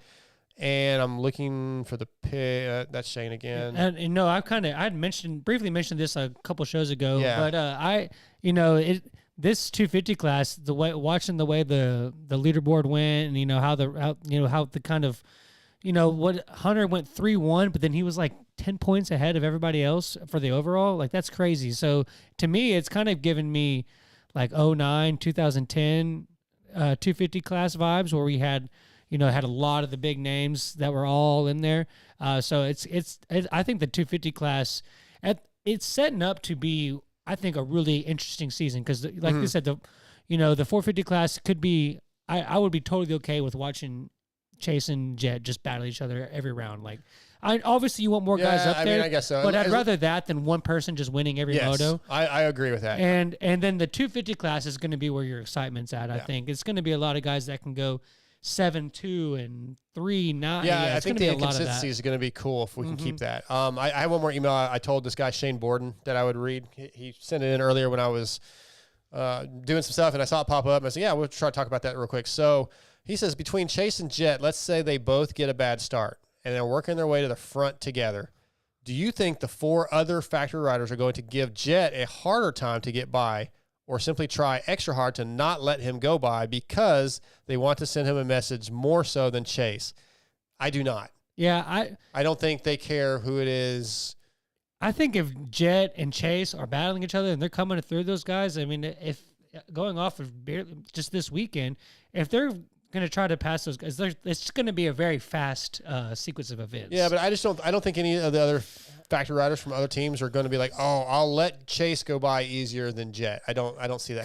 Because to every other guy, that's Honda, that's competition either way. Right. So they're not going to show favoritism to either one. Let's say, for instance, Kenny was racing, and Kenny's friends with Chase, and he knows that Chase is faster. Yeah. I still don't think he lets Chase go by easier than Jet. I don't think Kenny would do that. No, I don't either. I think if realistically, what's going to happen is if those guys catch them in a fast, and then are coming up on them quick, the other guys they're all going to be in the more of the situation of I don't want to interfere with the outcome of the race. Like, I want to hold my line, I'm going to battle strong, but if they're really that much faster, they're not going to try to really hold them up that much. Yeah, I basically don't think they're I think his question, his question, I think, is like, are they going to try to teach Jet a lesson almost? No, I don't see that. Think so. And then on top of that, do we finally see some weird mistakes from Jet if something like this happens? He showed he's pretty comfy in front of Chase so far, but he hasn't had to pass anyone during the race yet. This is a hypothetical. Look, I do not. I think Jet is a very cool, calm, and collected racer. So I think he's mature beyond his years. And no, I don't think we have any issues like that. So anyway, that's all I got. Is my memory just tricking me, or did Chase not like semi make a pass at one point? I thought that he for at least a section had gotten on the side of him. I don't think so. Maybe I only watched it one time, but no. All right, we'll wrap this thing up. Yeah, again, MotoXpod Show at gmail.com. Please get involved. We'll be back next week. That's it, guys.